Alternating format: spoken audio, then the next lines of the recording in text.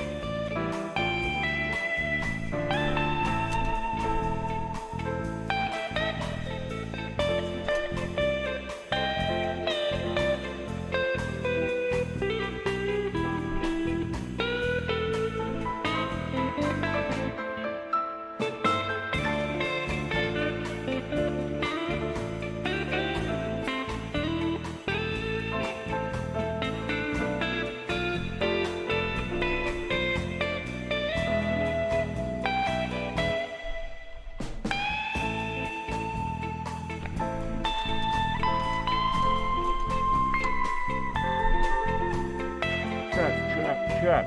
How do I sound? Ha. Wah, wah, wah, wah, wah, wah, wah. Ha.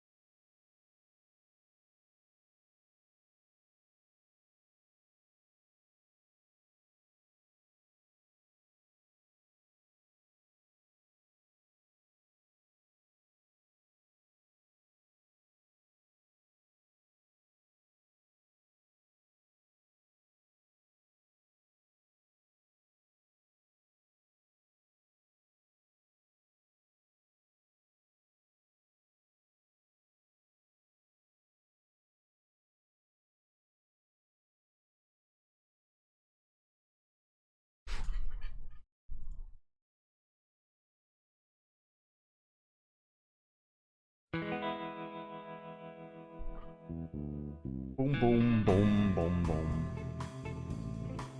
How is the voice? Okay, now there's actually people in here.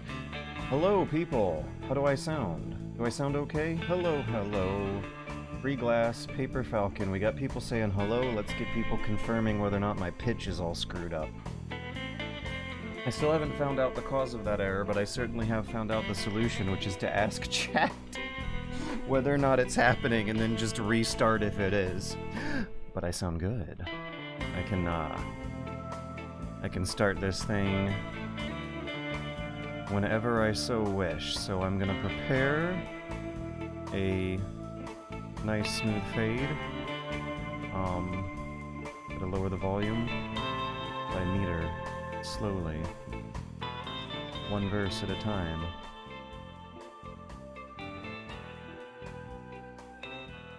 You say it slowly to the end of a beat, it will make viewers not quite be so shocked as much when you fade into the next scene. Hello and welcome to one of the Super Metal Gear Solid sad streams, where I am raising money on Twitch to be able to financially secure myself for a lot of the burdens that the next couple years are going to present me, because my mom is old and requires significantly more expensive care than in previous years. That is a statement that shall fade into my next topic that I didn't actually prepare a fun smooth fade for. And what is the frame rate doing on the PS1 capture here? Anyways, let me bring my webcam on to the introductory screen with the picture here, where I will then press the play button on a nice little side project that I'm working on that addresses some very big anxieties I have in my life, especially how to handle my mom getting old and about to go. I'm learning vocal control. I don't know if I should say I'm learning singing, but I am taking lessons for singing with the ambition of achieving better vocal control. And that's primarily to better nail the voice acting of the Iliad project. And it's such a good hobby to pick up. I feel like it's been great for my mental health going through this, because it's very easy to loop your thinking into positive, recursive, self-supporting, self-supportive, self-congratulatory feedback loops of thinking, where you say out loud while doing a chore or something, you'll vocalize either a thought out loud in a way or in a style that you find really personally impressive. And so your inside thinking voice will then be like, oh wow, that sounded awesome. And then your outside thinking voice might try it again and say, oh wow, that sounded awesome. And you can keep this loop going to brighten your mood throughout the day if you have depressive tendencies or depressive problems. I said you know, might not work for everyone, might not work for other people as well as it worked for me. But picking up singing and focusing on vocal control as like a little silly side hobby that's indirectly related to the real money-making artistic ambition of the Iliad project has been amazing. So one of the amazing things about this hobby is that you can sing your beloved family members some of their favorite songs throughout their life. So my mom, who is very, very old, apparently has some special memories associated with a singing cowboy from the 1960s, a handsome singing cowboy who sang a beautiful pop song before pop music became very, very electric for a while in the 1960s. You could still have one handsome guy with an acoustic guitar sing one ballad by themselves and still apparently instill oneself into the hearts of the generation that has eventually grown old to the point of, there we go, there he is, to the point where one of her final memories on Earth might be memories of me singing to her Harvey Presnell's "They Call the Wind Mariah." And I feel so good about doing this. So wonderfully warm and fuzzy about working on a home studio recorded cover version of this, where the background audio track will basically be this YouTube video, but pitch shifted slightly during the vocal session so that I'll be louder than him. Come on, let's move this ahead. We got over 30 seconds of introductory. Way out here, they've got a name for rain and wind and fire. The rain is Tess, the fire's Joe, and they call the wind Mariah. Mariah flows the stars around and sends the clouds a-flying. Mariah makes the mountains sound like folks up that they're dying. Mariah, Mariah, they call the wind Mariah. Before I knew Mariah's name, as either wells and whining, I had a girl and she had me, and the sun was always shining. But then one day I left my girl, a year I can't remember. Now all my days are dark as night, and every night December. Mariah, Mariah, they call the wind Mariah. Out here they've got a name for rain, for wind and fire only. But when you're lost and all alone, there ain't no name for lonely. And I'm a lost and lonely man, without the stars to guide me. Mariah, blow my love to me, I need my girl beside me. Mariah, Mariah, blow.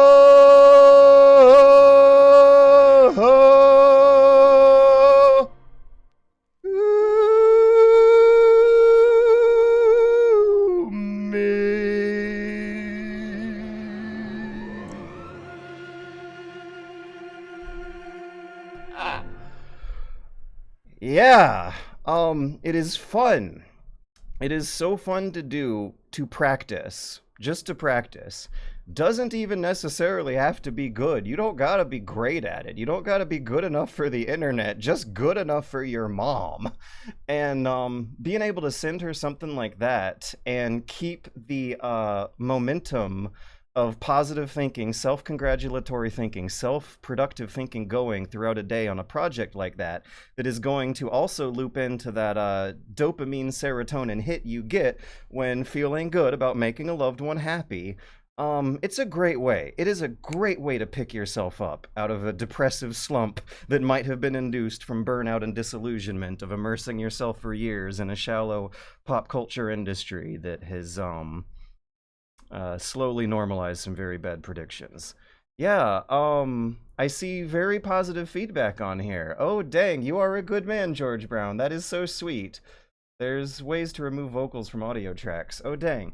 Yeah, if there's an easy and quick way of doing that, I've played around with EQ settings and how you can isolate out some vocals from some background tracks and do like automated noise removal manually, and it's not great.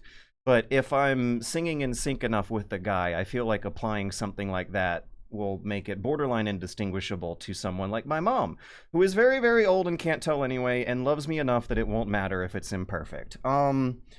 One thing that I also want to say is that she's so old. Memory problems are a thing you gotta expect.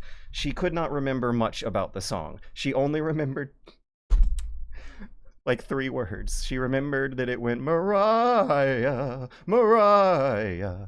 They call it Mariah. That's how it goes. You should look it up. See if you can look it up. It took me a while. It took 10 minutes. There are many songs named Mariah, but one of the most amazing things that happened in this conversation with her, and thinking up this gift to send her, is that once I found the song and started mouthing through it on the phone with her, the rest of the memories came to her.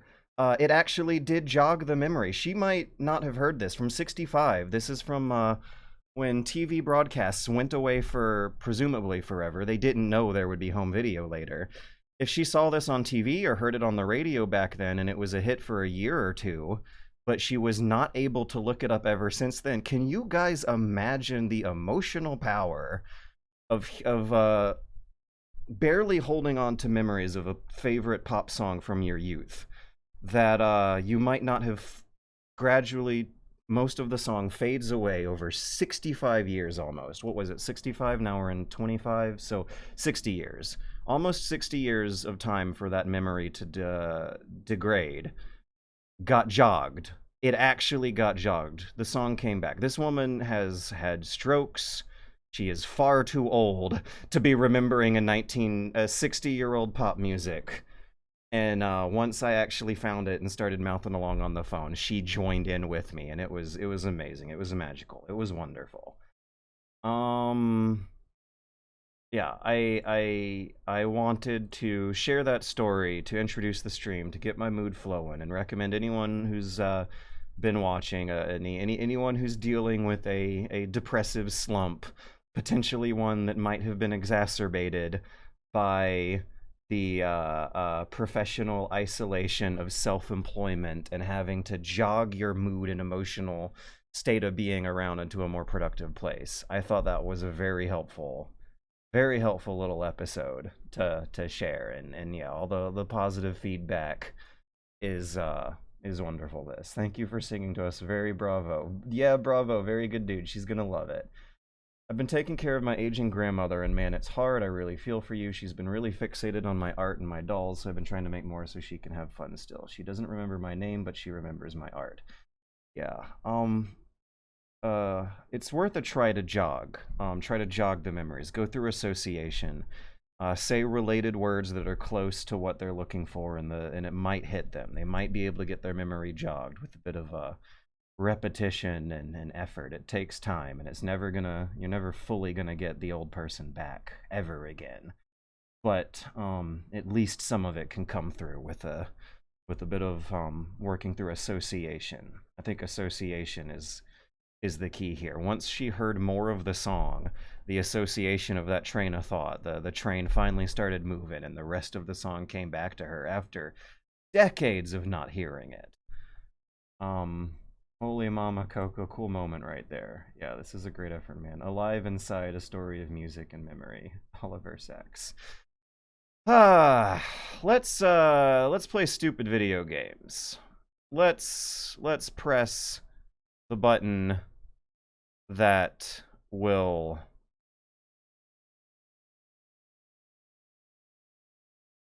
get me transitioning over into Metal Gear Solid 1 with alternate guard placement on the hardest difficulty mode with no radar. What sorts of bullshit are we going to be expecting tonight? It looks like one bit of bullshit we're already dealing with is a laggy frame rate on the stream. Not in game though. Okay. So some driver issues, some technical issues that have since... Hey, it's actually fine now on OBS. Let me just keep OBS in the corner. Feedback is requested right now. If whether or not what I'm seeing on my end is the same thing as what you guys are seeing on your end. Oh. Sometimes it's going down, sometimes it's staying solid. So it seems like it might be connected to the guard saying, "Shut up there, will ya?" Camera is moving slowly when he's not saying anything, but when he says "shut up," it slows down for the speed of the dialogue. That's a weird one. Okay. I've been Boom, boom, boom, boom, boom, boom, boom, boom. Snake, the government has decided not to give in to their demands. Boom, We're boom, trying to buy boom, some more boom, time. boom, boom. Come on, Colonel. Why don't you stop playing dumb? I remember this being a great codec conversation. I'm wondering if I should skip it though, but talking over it might disrespect the artistic integrity of this being one of the good ones. But it takes so long. I'm sorry. Can't tell the grunts, huh? You've changed a lot. Metal Gear, secret advanced nuclear weapons research. Does the White House know about this? How deep does it go? As far as I know, as of yesterday, the president had not been briefed about the Rex project. Need to know basis, is that the idea? These are sensitive times. Even subcritical nuclear I guess tests what's are causing quite a stir. popping out to me now that I feel worth mentioning is how good Kojima is at pacing. We're slowly leading into this thing. They're really taking their time. Because it does get very emotionally intense, and Kojima is famous for stretching things out way too long, but sometimes it works for the benefit, and this is one of those. We're gonna get emotional and personal and vulnerable, but in a matter of minutes instead of seconds, and that really does help the viewer get locked in and immersed. Is time investment. Bum bum bum! Mahjong Hrothgar just donated $10. What do we got here? Longtime fan. Glad to see you streaming again. If not under the most favorable circumstances, just remember that good news is on the way, even if it takes a while to arrive. Get Eddie some pets. Yes, yes. After 4 weeks of long hard work and struggling, good times are actually on the way at the horizon here. Let them have Big Boss's remains. You see, Or is there some reason that you can't do that? Something you haven't told me about? Publicly, the president has been Very vocal in his opposition. I love how, when looking up the Metal Gear Wiki description for President George Sears, one of the first things you see is, President George Sears became famous for ending America's eugenics experiments. Gained massive boosts in public approval from ending America's eugenics experiments. drained. maybe to slow down decomposition. But the chief only died a few Bro. years ago, right? Right, but he's already started to decompose. What could it all be about? Something in his blood that they wanted? I doubt it. Just the nanomachines in the transmitter. Did the chief tell them his detonation code? I'm afraid so. It looks like they've got both codes and are nearly ready to launch. Damn. Nearly ready to Way launch. to prevent it. It's also some type of emergency Jumping out to me override device just how cancels much the he's detonation code. contorting his mouth to do the voice Countermeasures acting. installed secretly. You Some have of these to lines he was probably really gritting his teeth. And where are those keys? Oh, I've got one. reminds me of Homer saying that Pandarus dies biting the bronze. Locked up here. You gotta bite your teeth to make the noise of this guy's face getting all fucked up. Is to destroy Why am I? Metal Gear Why my itself. brain went to Homer in the middle of Metal Gear, as it should. You're all I've got. Bust out of there and get to the communications tower. Also, What? Boom boom boom boom boom boom Meryl, right? boom boom boom yeah. boom boom boom. A politic who knows about biology, go figure. Yeah, definitely not voting for Liquid as my president. If your president has a basic middle school level understanding of genetics, they probably are going to be easier to vote for than President Liquid Snake.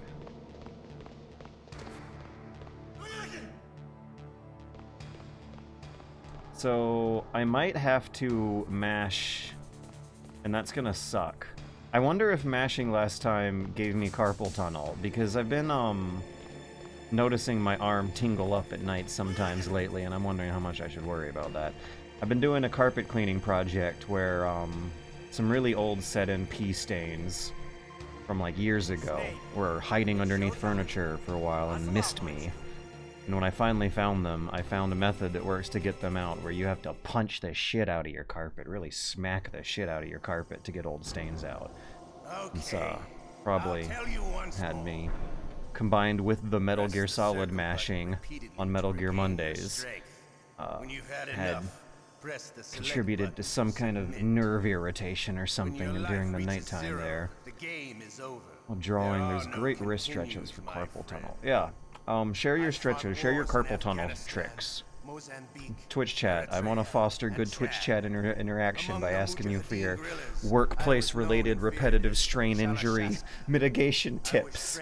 Remember in Metal Gear Solid 5 when we learned why he's called Shalashaska and it's really lame? I think the lag is caused by resolution issues. I think I see more lag happening when there's especially more stair-stepping on the screen. Resolution or anti-aliasing setting is doing it, and I think it's because it's running at a weird non-standard resolution right now. Of course, eugenics is a noble pursuit. I think it's triangle. No, it's O! I pressed the wrong one!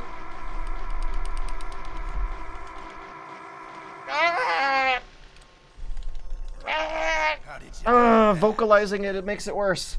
Whew. Oh yeah, I feel it. I feel some tube in my arm is pulsing from that.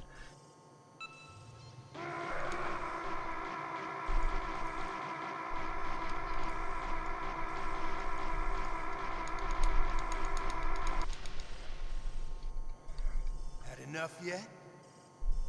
We're not finished yet.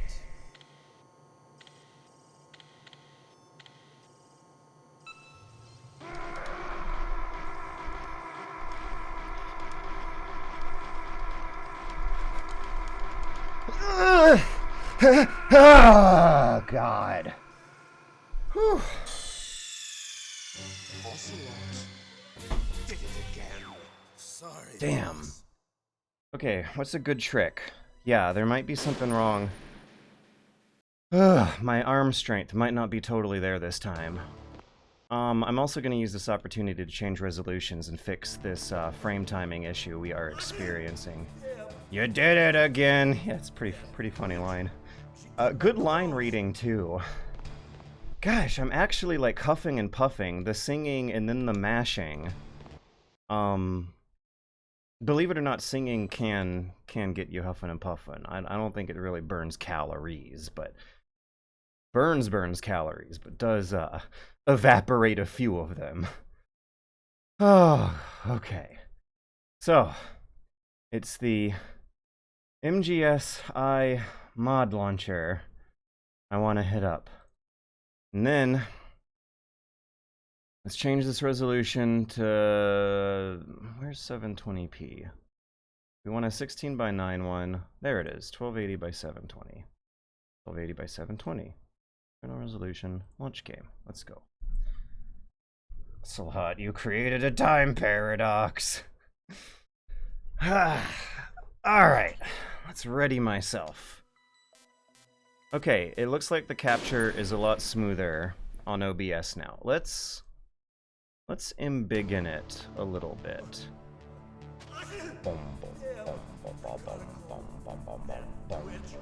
She took my clothes. Oh, right arm feels stiff. This one might be rough. Is it still lagging? I feel like I spotted a little bit of lag when he was kneeling down to the DARPA chief, which, by the way, remember, new camera angle. Silly camera angle for the DARPA chief triggers if you crouch down here by him.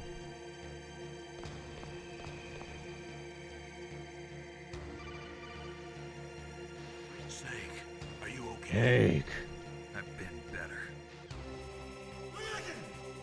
Hello, Node 777.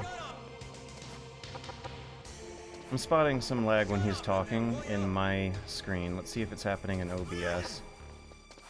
Hard to tell. Can't tell.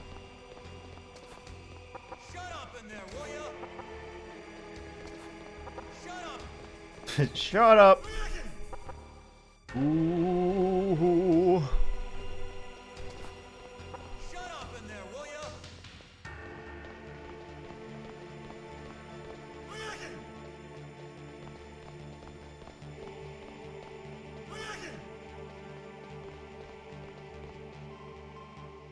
Snake. It's so weird that they made him a main character. Yeah. It's also just like one of the cutest things in the world about the franchise. Everyone remembers Johnny the Poop Man I'll tell you what. as like surprisingly memorable Metal Gear character publicly associated with the brand of the franchise. Okay, here we go. No screwing around this time.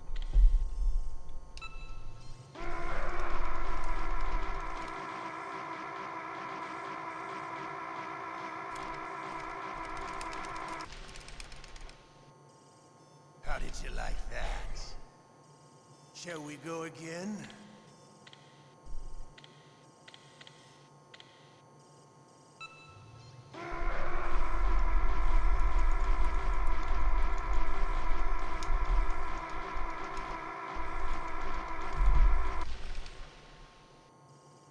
Had enough yet? Ah, yes, I have.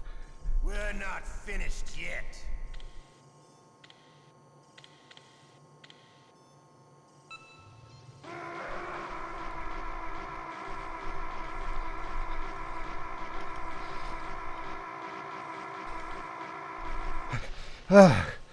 Okay.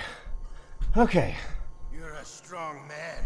No. Well, that's enough for now. No, I did better 3 weeks ago, Ocelot, before the carpet cleaning project. Imperialism, I'm reaching a sad age. totalitarianism, perestroika, 20th century Russia I don't think has my its arm share of became stronger problems, after 3 but at weeks least of they had working an the idea of carpet. it.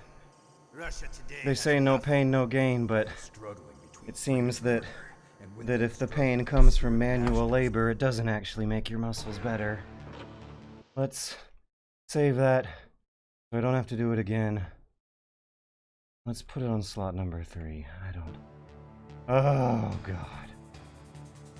Really good codec conversations coming up again. And this is one where I think we are very, very blessed to have the popularization of a moment in narrative design happen through Kojima and Metal Gear Solid 1. My arm hurts. Snake. I'll increase the level of glucose in your blood. Okay, but you can leave out the A shared experience between player and character can suck you into a narrative like nothing else. Please talk to me. Very, very Say good something trick. to take my mind off the pain.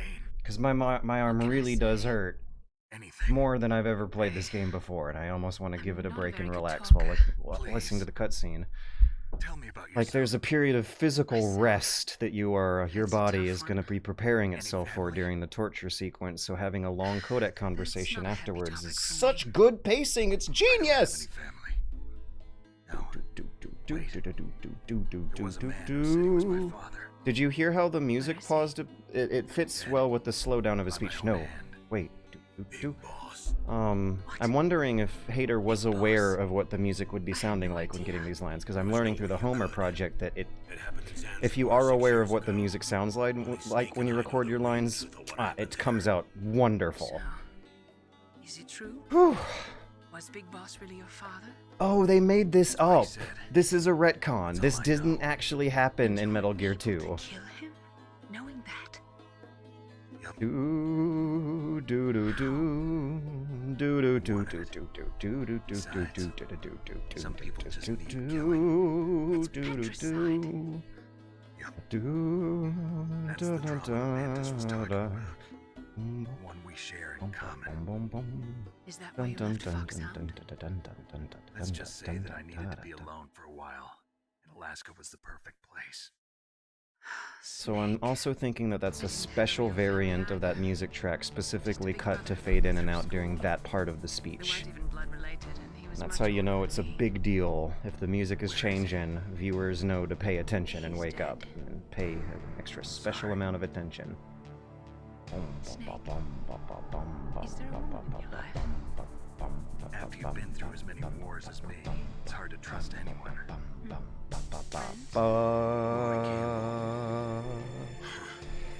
You're still calling me friend? Is that it? No. There was another. Frank Yeager. Gray Fox! Big Boss's most trusted lieutenant, and the only member of Fox Foxhound and ever to receive the code name Fox. Gray Fox. Gray Fox. Great. What's he doing? I should learn how to imitate Roy Campbell at some point. Snake's easy to do. Roy Campbell can't be that hard to do. We did. Liquid and Ocelot are both easy to do There and was nothing fun to personal. talk like We're just too. professionals on opposite sides, that's all. Press the select button. Press the select button. Hard to believe. War is no reason to end a friendship. That's insane. I first met him on the battlefield. He was being held a prisoner about our heaven, but he didn't look like a prisoner to me. No, yes he did. He was always so cool. No, he and wasn't. precise. I was still green. And he showed me the ropes. No, he didn't. You knew him. They used the same sprite for the other prisoners for him, and he didn't show you the ropes. He disappeared into thin air after you left the room and walked back inside. Battlefield, we were enemies. And it wasn't a battlefield, and it wasn't a minefield. It was a battle room and a mine room. We were just two soldiers doing our jobs. It's like a sport. Men and their games. You're like wild animals. You're right. We are animals. So if you Comparison with a sport is also jumping out to me. Ancient Greek historians like to compare it's your genes. intercity warfare in the ancient Greek world to a sport, and sometimes like to associate it with modern teams and modern society having sports teams that Or even what they looked like. I guess I got into genetics because I wanted to figure out why I am the way I am. are providing some kind of physical confrontation for the city residents to If I feel studied pride genetic over. Structure, I'd find out who I really was. I thought that by analyzing a person's genetic information, I could retrieve. I the feel like blind having spots some in that person's awareness memory. of violence and war and battle being metaphors for games might be But we know that a person's genetic might be fate something is that might set determined apart the just good by video sequence game of writers from the DNA bad based on their ones. So what about my fate? You know my DNA sequence, don't you? DNA. Your Because fate. Kojima is definitely aware and had done some deep thinking about that metaphor, and you can tell from that You're a line Naomi scientist, not a says. fortune teller.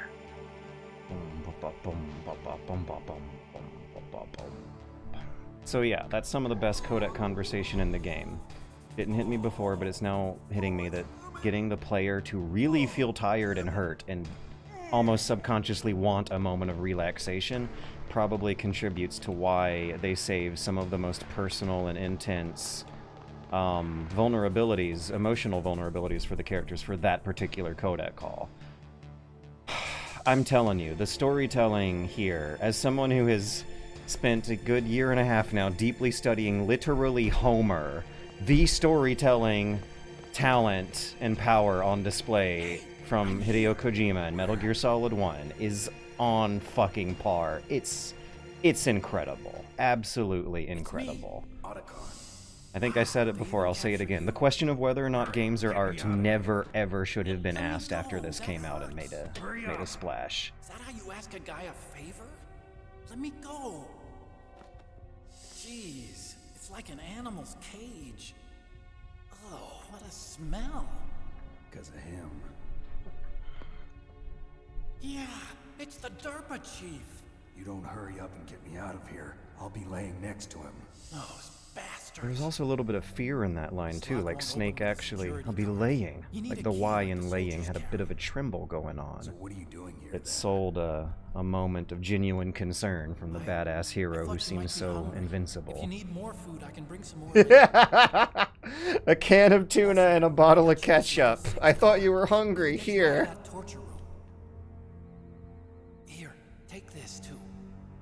What's this? It's a handkerchief. I got it from Sniper Wolf. Why? I don't know why, but she's nice to me. Sounds like Stockholm Syndrome to me. I think this came out before He's taking care of the dogs. 1998. Yeah, I think this came out After the before the terrorists took Sopranos over, they were episode where planning they to get shoot lost all in the the woods and dogs. have to sustain themselves off of But ketchup Sniper Wolf packets. stopped 'em. She Is that what didn't Otacon even ask. eats? She likes dogs. She must be a good person. Please don't hurt her. So you're saying that MGS1 is the Citizen Kane of gaming? I know that's been thrown around with Last of Us. Well, I'd that's say all this I is can where do. techniques converge to make a coherent, slick I've got to package. stop them. Then you have to get past the I don't know. communications tower. I am First, tired you of have the to get me out of cliches, here. right? And Citizen Come Kane on, of I'm trying gaming my is a best. cliche, but it is a useful metaphor for trying Give to me a break. I'm no be a soldier. little I more can't precise take about you whatever the out. definition is supposed to be between literature versus storytelling, or art versus media. Oh, jeez. He's coming back. I don't think we have a See you later. Citizen Kane yet. I don't know, man. Metal Gear Wait. Solid seems to be employing, and not even employing the new cutting edge technology to to increase complexity. Oh god, do I have to do the torture scene? No, no I don't. I have to crouch and use ketchup. That's right. Dun, dun, dun, dun, dun, dun, dun, dun, dun, dun, dun, dun, dun, dun,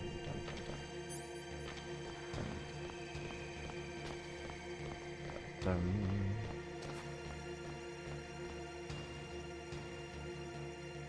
And I remember this. I do it when he's not looking.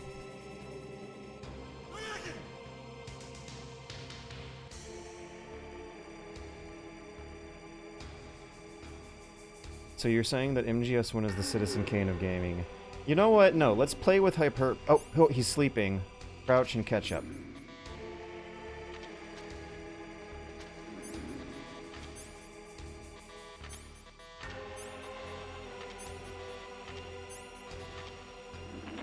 There he is. There we go.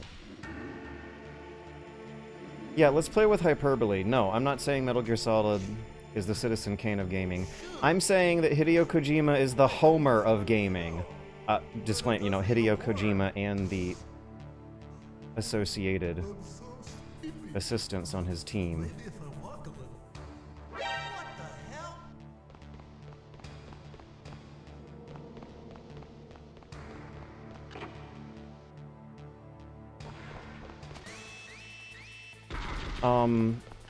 Oh!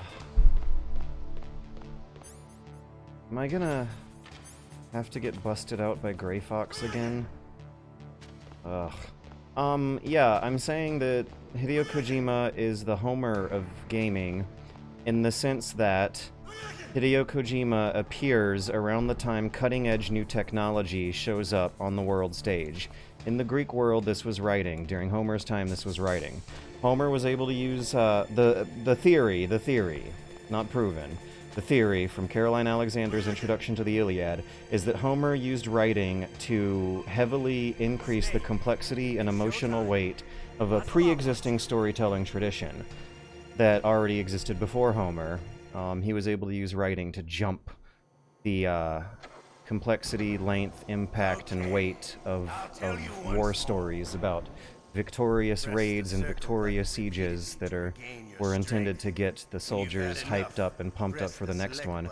It's with Homer where that tradition turns into a far more complete reflection on the human existence, where questions start getting asked over whether or not that really is the perfect way to be a human being on planet Earth. Yeah, self-reflection happens, criticism happens. In Metal Gear Solid, Liquid says, "You enjoy the killing." Hang on.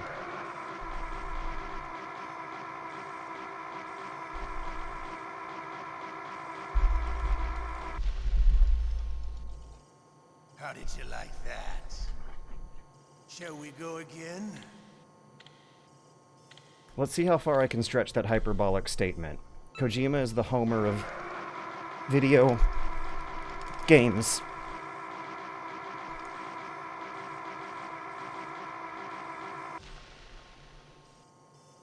Had enough yet? We're not finished yet.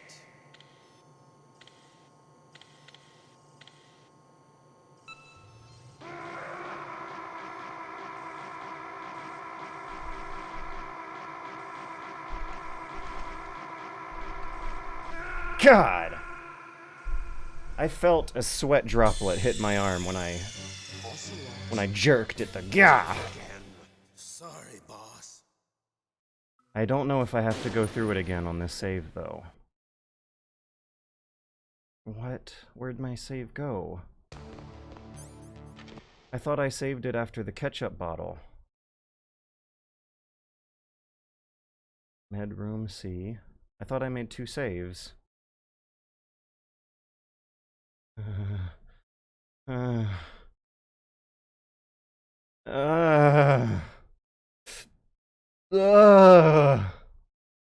Okay. There's a spoon trick or something, isn't there? That makes it easy? What about the spoon trick? She took my clothes. Oh my god. Or maybe I should just settle for Otacon ending this run. I'll give it another attempt. Or guitar pick. Do I have a guitar pick lying around? Do I have something I could use as a guitar pick? I'm a human being. I know how to turn a rock into a wedge, so maybe I can turn a nail clipper into a guitar pick. The spoon works as well. What do I got?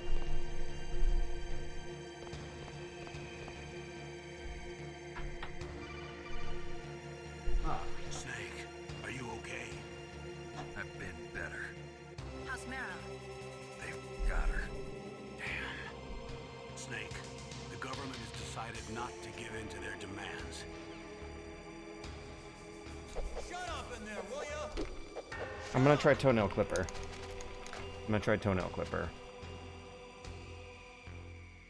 You know what? I'm actually gonna try spoon. I'm gonna try running to the kitchen and get spoon. I for sure know there will be enough cutscene for me not to miss out on action.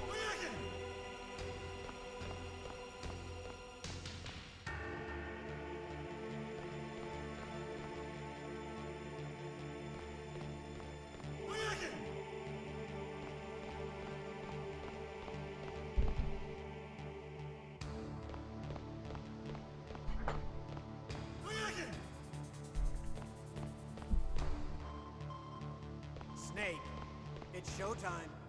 Ocelot wants you. Okay, so I think the spoon trick means that you have to cover slightly less of the micromillimeter or whatever. Your muscle has to move 1 micromillimeter less, and over hundreds of repetitions that actually will add up to a significantly less stressed muscle. Alright, let's do it. Let's try it.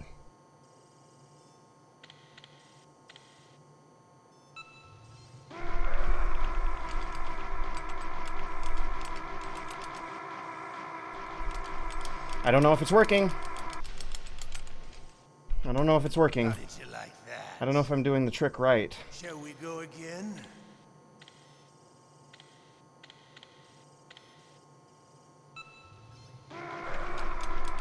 I don't know if... I'm not trusting it.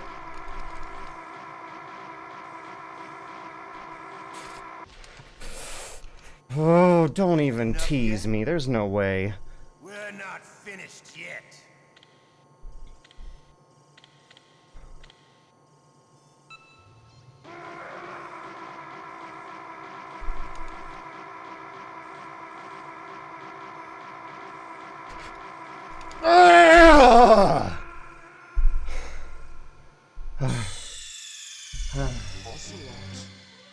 Did it again. Sorry, boss. I'm looking up. Spoon. Trick. M. G. S. I don't know if I'm doing it right. Okay. Vibrate your arm. And use your index finger. Don't know about the pen or the spoon, but I imagine it's a similar principle. Tense your arm and shake it like you're having a spaz attack. I just slided the pen up and down on the button. Gotta breathe.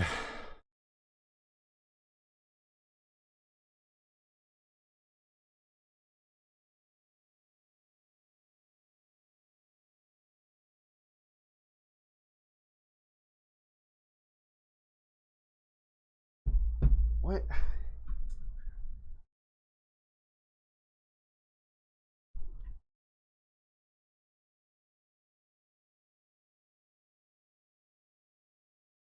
Vibrate your arm and use your index finger.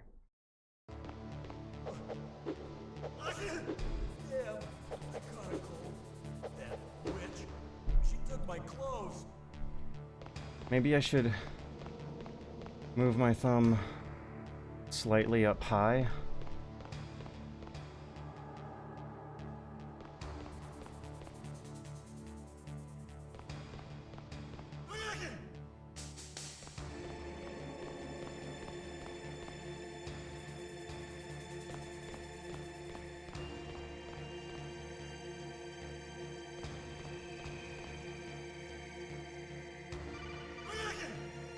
Wait, Snake, okay. Is he gonna... Do I have to do it again? Maybe Otacon's gonna show up here? I'm scared, I don't want to. I feel like every time I play Metal Gear, something like this happens. Metal Gear Solid 1. I always don't seem to be getting better at handling the torture sequence, the literal shared player character torture experience.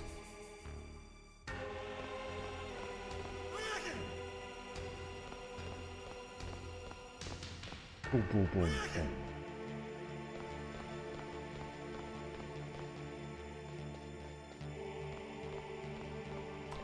I normally... Snake, it's showtime. This made me think that maybe an adult toy would work.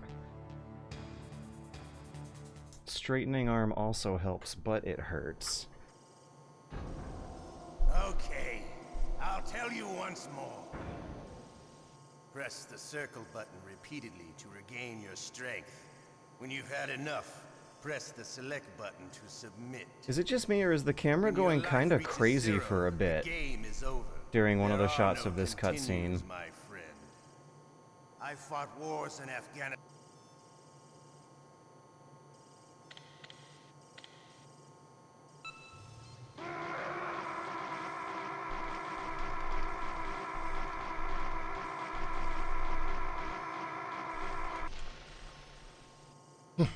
How did you like that? Shall we go again? Oh, there's a camera angle randomizer? What? Hang on.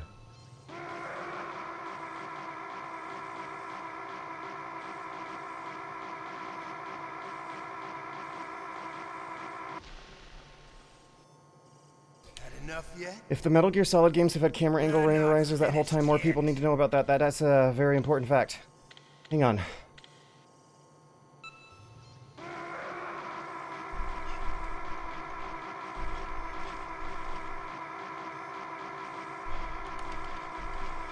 Okay.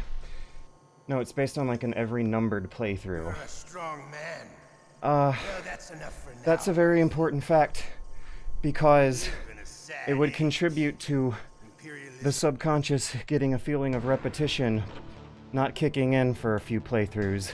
That would contribute to replayability in a way so subtle that you wouldn't even notice it's happening, but you would still be feeling like you're getting something out of value from the subsequent playthroughs. Just a different camera angle in a cutscene probably is doing a lot behind the scenes to encourage replay value that these games are so well known for. Once again, I would say that strengthens the analogy of some groundbreaking cutting-edge technology contributing after a few years of implementation to some groundbreaking cutting-edge storytelling.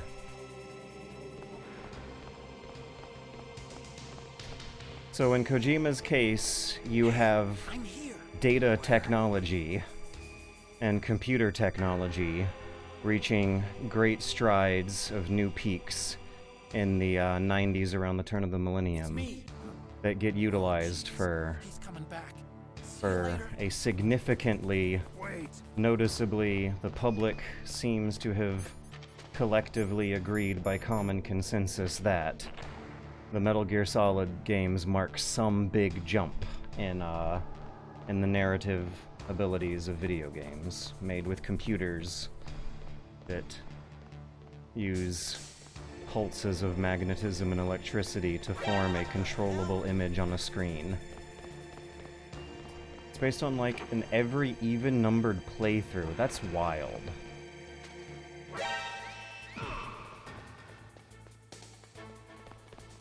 Bum bum bum bum bum. Bum bum bum bum bum.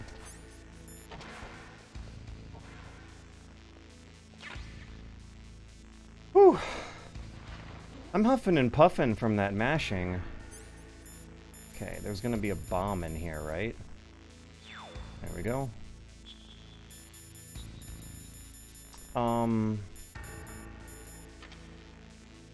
I should do a sweep through of these areas and make sure I'm not going to miss any items going ahead, because I remember last time... Oh no! I remember last time I didn't get Ocelot's body armor, and that really screwed me up for the boss scenes ahead. Are we before or after helicopter? I think we're before. That camera's not moving. No way through.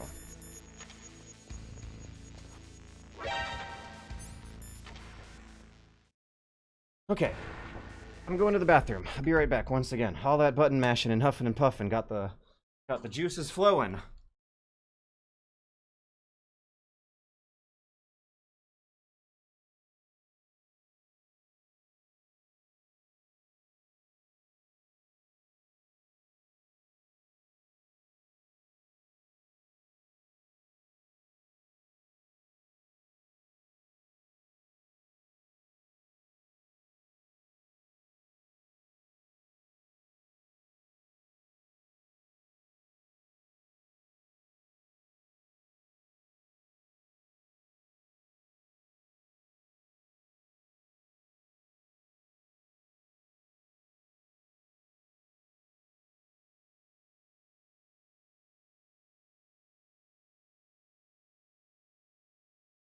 Out here they've got a name for rain. Body armor is in the nuke warhead building, gas room, level 6 card. Yeah, I remember. Otacon's office. Body armor is in a door near Otacon's office. Doom doom doom doom. Doom doom doom doom. Doom doom doom doom. Doom doom doom doom. Doom doom doom. So yeah, Hideo Kojima, that was the hyperbole, the metaphor, the hyperbolic, contradictory metaphor that we're going to be working through tonight on Metal Gear Monday, is whether or not Hideo Kojima is the Homer of video games, in the sense that he is utilizing a moment of technological advance to create a moment of literary storyteller, creative arts advance. There's stuff in the basement here. I should sweep through the basement, and boy oh boy do I remember having a hard time clearing out this basement on some earlier Metal Gear Mondays.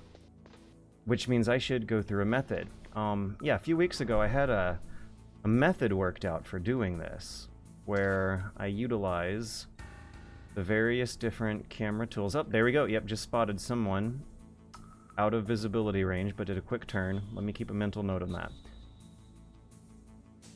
12 seconds. That guard goes back and forth through the middle center section of this room. I think there's no one to my right. I'll take a few more peeks before making the next big move. Here he is on the corner again. We have a third guard going counterclockwise around the...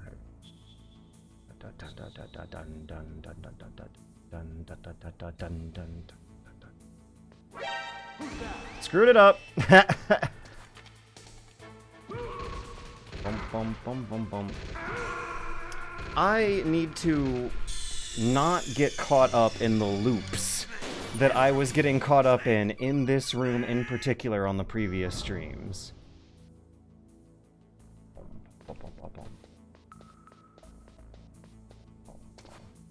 One Mississippi, 2 Mississippi, 3 Mississippi, 4 Mississippi, 5 Mississippi, 5 Mississippi. He's gonna turn, make himself a piece.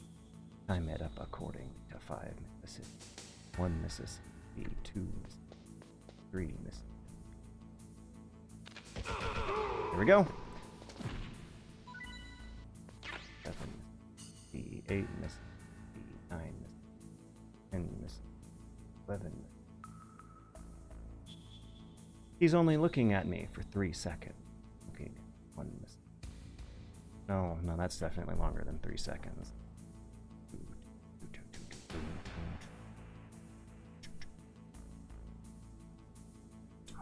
Boom, boom. Okay, we're gonna be approaching from my left, his backside. Camera's left, Snake's right, guard's backside. Yeah, I see that. He cycles through a peak to the south and then a peak to the north. Peak to the north. Peak to the north. Let's see how he'll peak. south this time. Peeking to the north. Oh, north, 2 norths. He peeked north 2 times on his route through his patrolling of this dome. Have I thoroughly explained the connection between Homer and modern video games? A sense of real-time performative engagement between a storyteller and audience was happening in Homeric days that is still happening in video game days.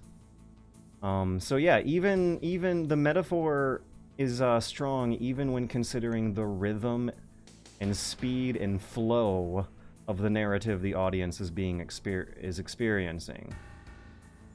Solving problems in a poetic, overdramatic, operatic way. And those problems are like violent, manly war problems. Where there's also even no less a feeling of like using wits or intellects as the war tool with a stealth game where you're sneaking around bad guys instead of beating them up. Similar to Odysseus sneaking around bad guys and lying to bad guys instead of beating them up. Peeking north. Peeking north. Let me mark that down in my medium-term memory. He just peeked north. Just peeked north. Peeking south. He just peeked south. He turned around and went back around again. Peeking south after peeking north. Peeking north after peeking south. We have south, north, south. No, it was north, south, north. North, south, north, north. North, south, north, north. North, south, north, north. North, south, north, north, south. I think I should be good to go. Yeah, it works. It works. Thinking musically and rhythmically is helping me spot the patterns and memorize the patterns for short-term retention.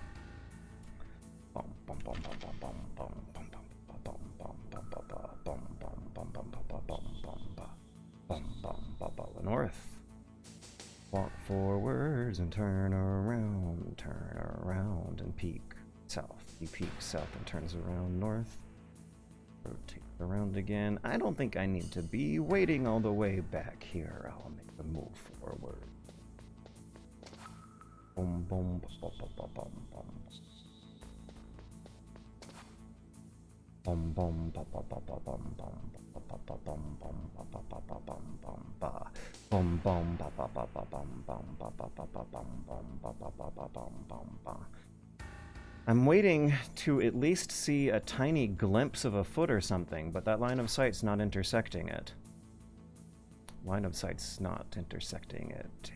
Where is a hiding spot I can use to sneak into this guy's diabolical walking routine that I'm trying to intercept myself into cleverly, stealthily, sneakily.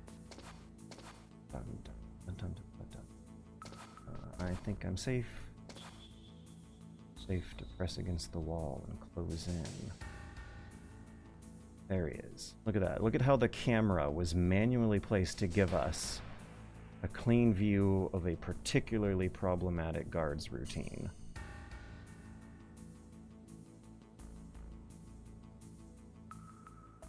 One Mississippi, 2 Mississippi, 3 Mississippi, 4 Mississippi, 5 Mississippi, 6. 1 Mississippi, 2 Mississippi, 3 Mississippi, 4 Mississippi, 5 Mississippi, 6 Mississippi.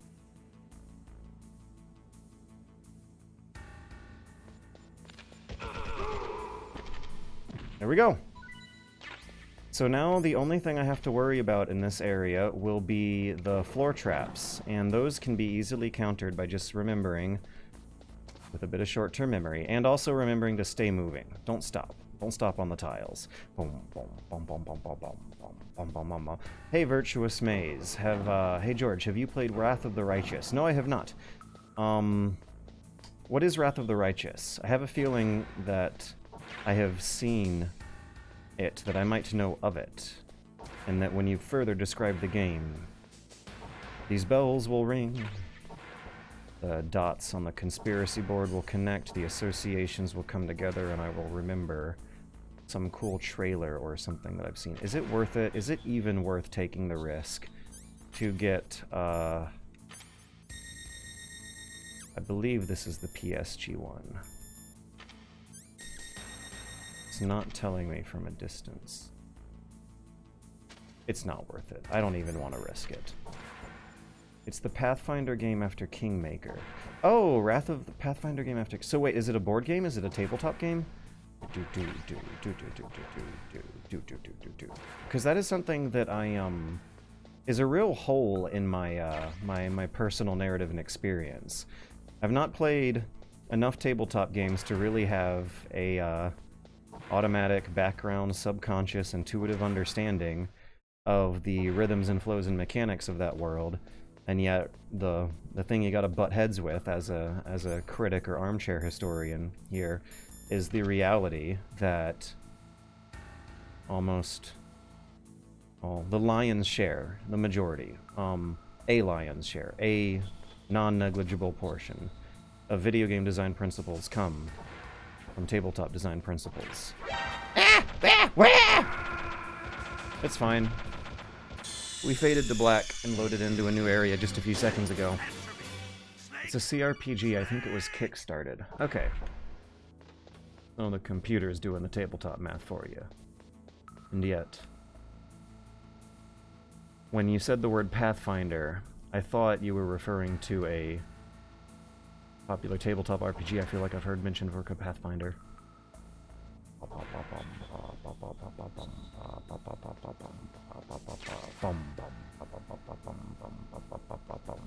Ah! So what I learned last time on last Metal Gear, many Metal Gear Mondays ago, I learned that I want to save my chaff grenades for the towers. How am I gonna get through here? Oh, that's how. Wait for it to move.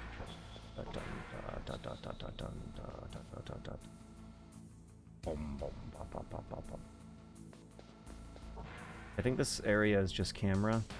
I remember being disappointed at going to this area. I don't think I see anything in here worth getting. No. No, it's not. By the way, retroactive thanks once again to the guy who showed me the, lean controls in Metal Gear Solid 1. Who'da thunk it? Apparently they exist, and I would have gotten picked apart by gun turrets just then if I didn't know about it. Unfortunately, I just made a mistake. I committed to a loss of health, a loss of life. Now I'm feeling tempted to farm rations from these guards. Dun dun dun dun dun dun dun dun dun dun. And I should start going from right to left. Dun, dun, dun, dun, dun, dun. And follow the method that I did last time. Using the pistol. Moving from right to left. Counting out the time intervals and noticing safe hiding spots like this one. Boom, boom, boom, boom, boom, boom. He peeked south. Which way will he peek next? I know that the guard in the middle is never gonna peek south twice in a row, but I can't say the same about this one.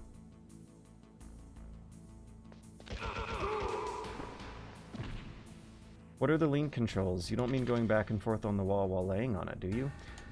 First person mode, and then L1 and R1. Peek. Ah!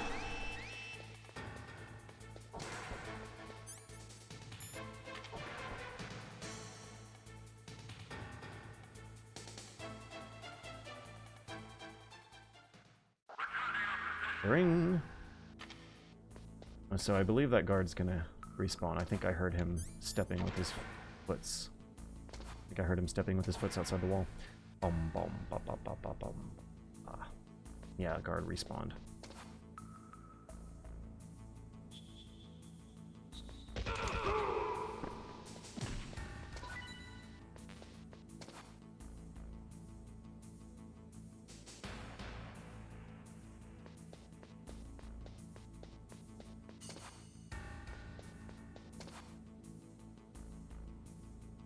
Peek to the north.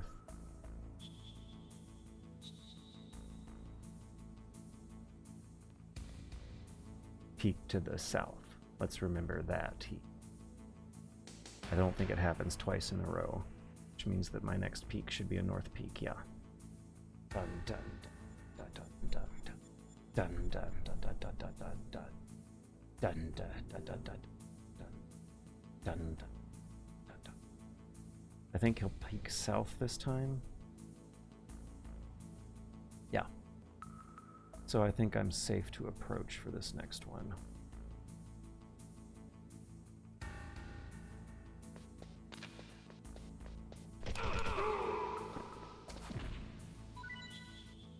No ration.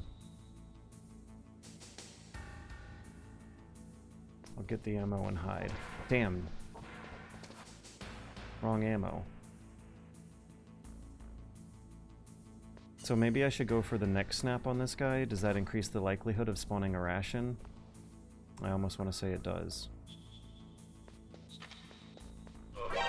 Come on! What bullshit. Dun dun dun dun dun dun. Dun dun dun dun dun.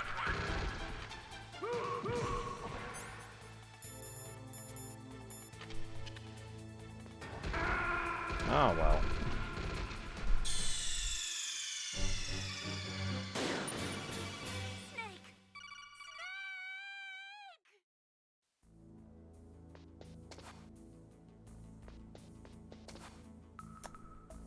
Kanziet, I hadn't listened to any of the Iliad videos, so I listened to one, and now I'm up to date on what's on YouTube. Really good stuff. I didn't expect you to be this far into the whole skill set on the first try. I don't know if I was, and I actually will be updating the first episode with a new proem when I return with Book 5. A rewritten proem that's gonna hit a rhythm a little closer to dactylic hexameter. Reworked rhythm that's gonna hit a little closer to dactylic hexameter, and reworked recording that's gonna flow a little better with the associated music track I used for the proem. First impressions are so important, and as future listeners go through these Iliad projects, they're kind of gonna hear me get better at the poetry and singing stuff as the project goes on. So hitting the very first words of the poem on a level closer to what's going to be the baseline average for the whole project, I think will be very helpful for making it make a little more sense. Dun dun dun dun dun dun dun dun. Bum bum bum bum bum. Snake! What a comically over the top take that one was.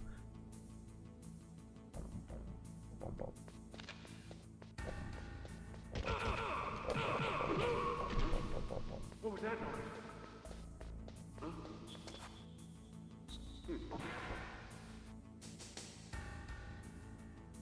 It was very engrossing, and if you go further. Just wait till you get to Book 3. Book 3, I think, is when it really clicks with me. So getting Book 1 to sound as good as Book 3 is something I'm gonna apply a little bit of a patch to around the end of either this week or next week.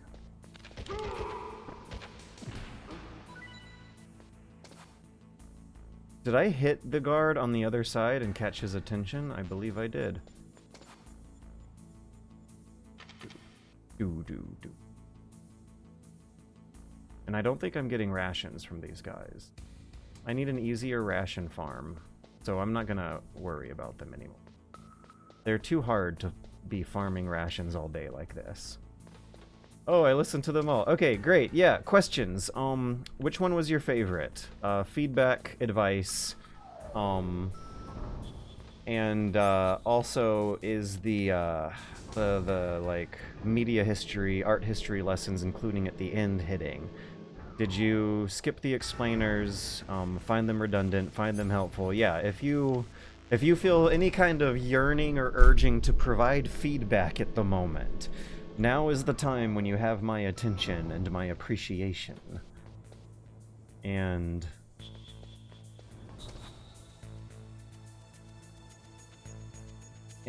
my time to kill as I narratize the experience of farming up some rations out of these 3 guards. Should I go to the helipad or no? Are there any interesting extra items to get on the helipad? Boom. Bum bum. Bum bum. Bum bum. Bum bum. Bum bum. Another thing I want to do is practice imitating a Greek or Turkish or Balkan accent of some kind, and maybe patch those into the older chapters as well.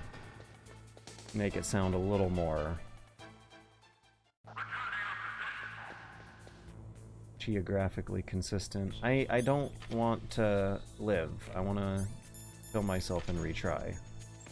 I thought a guard would come and shoot me, but no. It was not a real alert. It was a fake alert. The thing that stands out the most, I guess, is the female characters. Yeah! What was it? Trans vocal lessons on YouTube. Really, really helping the homies out here with that one. Yeah, I really was quite impressed with myself with the female vocals in Book 3. It's a Book 3 thing when that comes together.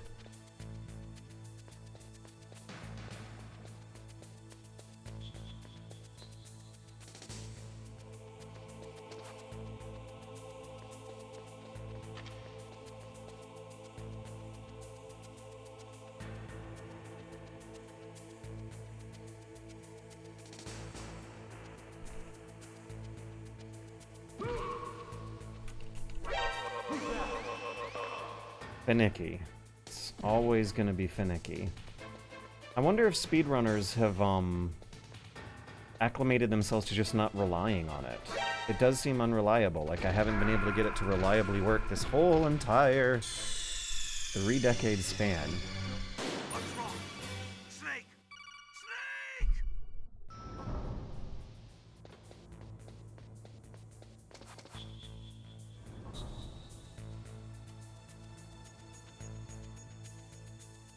Boom, boom.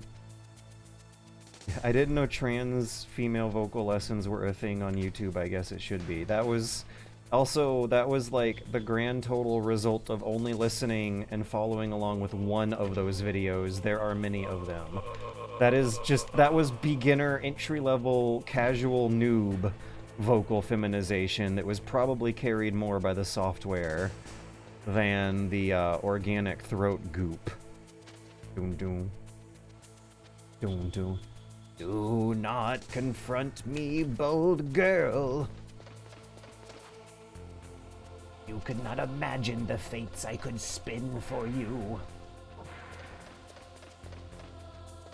Angering the people of two powerful nations.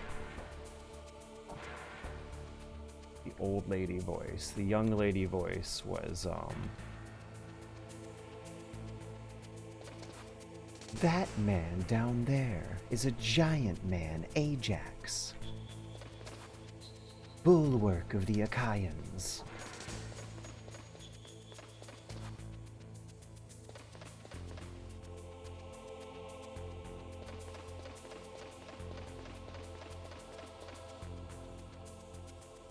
Boom, boom. Boom, boom.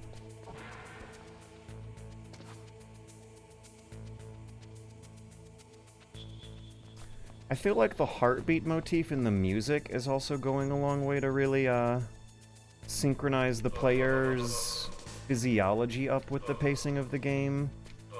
After a few minutes of hearing a heartbeat rhythm in a song, it's pretty easy to have it sort of fade out into the background and act as a concentration enhancer more than a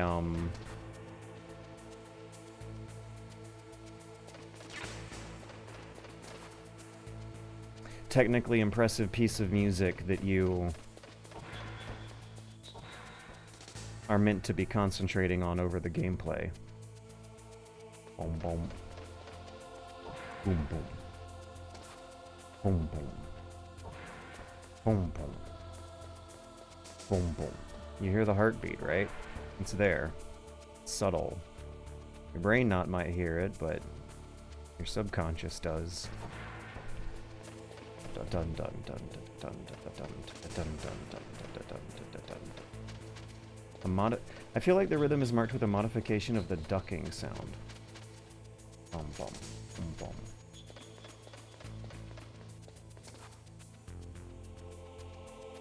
Bum bum. Bum bum. Bum bum. Oh yeah, MGS Con is happening right now. Wish I could go, sad face. I am embarrassed at how long it took me to send the email, but I did actually send the email and start trying to hook up with getting the remote panel business in place. So I believe I have all items after clearing out this room down here at least, where we have guard who is asking to get turned into a ration. Boom boom. Boom boom. No cosplay gun props this year because of world events. Well. Oh, by the way, did you guys see the Homer joke I posted on Twitter today? Only like 20 people got the Homer joke, but I was still very thrilled that at least 20 people got to enjoy a Homer joke throughout their day here. Doom doom. Boom boom. Boom boom.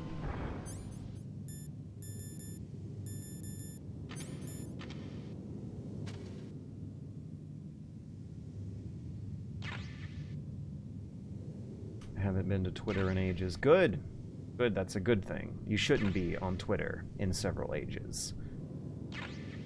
I cannot overstate the mental health benefits I have gained from staying off Twitter for almost an entire age now. I have spent most of this year only posting on Twitter if it is specifically a content schedule announcement or an utterly throwaway piece of complete mindless content that I will not have to feel any temptation to pay attention to, and that includes a silly little Homer joke that only 20 people got.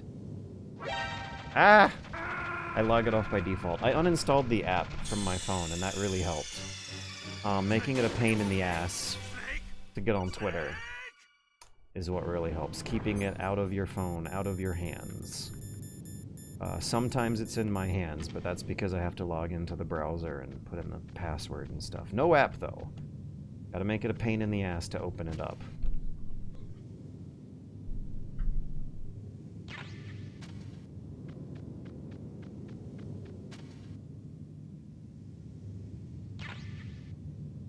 I'm a lost and lonely man without a star to guide me.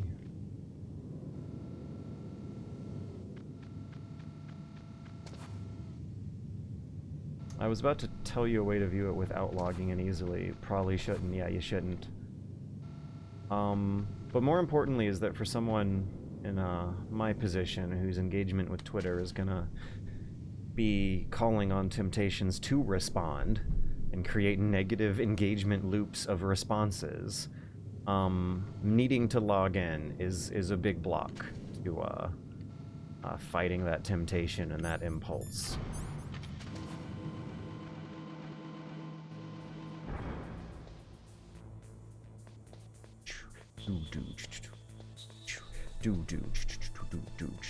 Favorite room in the game is coming up. I think everyone has their own special route through this place here. I've gone counterclockwise, starting from the left, starting from the right, and working my way down to the left, sneaking through the camera, past the guards, timing it up with his cycle. He's gonna turn around, get his neck snapped. It's gonna be very, very tragic.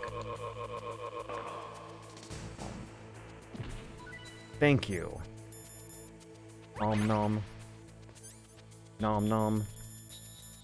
Ration, yummy. That is food. Snake needed food, and that was tasty. It's a good treat. Filling to eat. Can't be beat.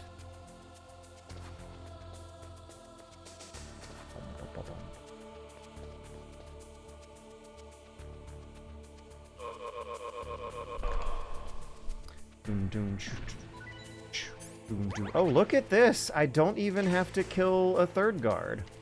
Yeah, we're definitely gonna save that. What a good drop. Thank you, RNGesus.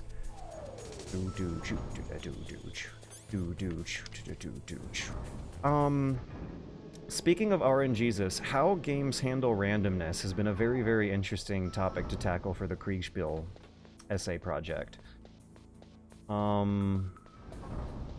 Because the long and short of that history is that game developers were not particularly comfortable with including elements of randomness until quite a few years after the Enlightenment. And the first Kriegspiel's variants that even did incorporate an element of randomness and dice rolling would still market themselves on the box with the title of the game printed on the package being distributed.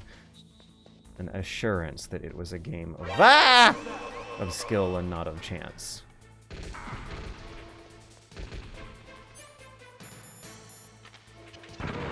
There we go.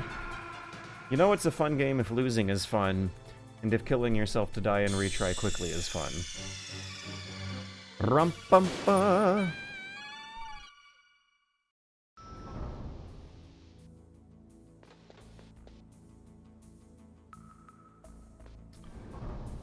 So the method for checking whether or not this door is safe involved planting Snake's ears against the wall and listening for footsteps. I think it's safe, but in intervals that are too fast to be saying that thought out loud.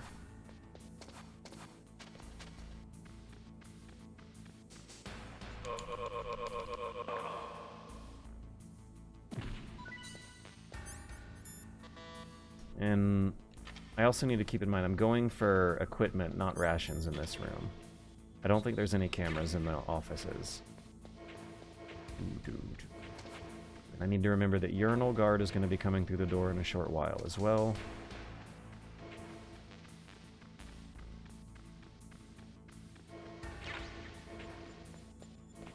Not yet.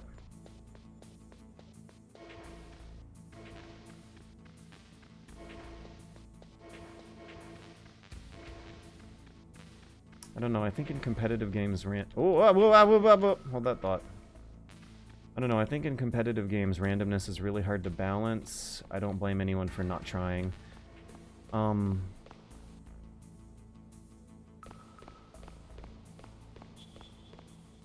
There's a bit of intersection with theological history and how the maths that developed after the Enlightenment gave people a better way of demystifying the spookiness of randomness and chance and probability.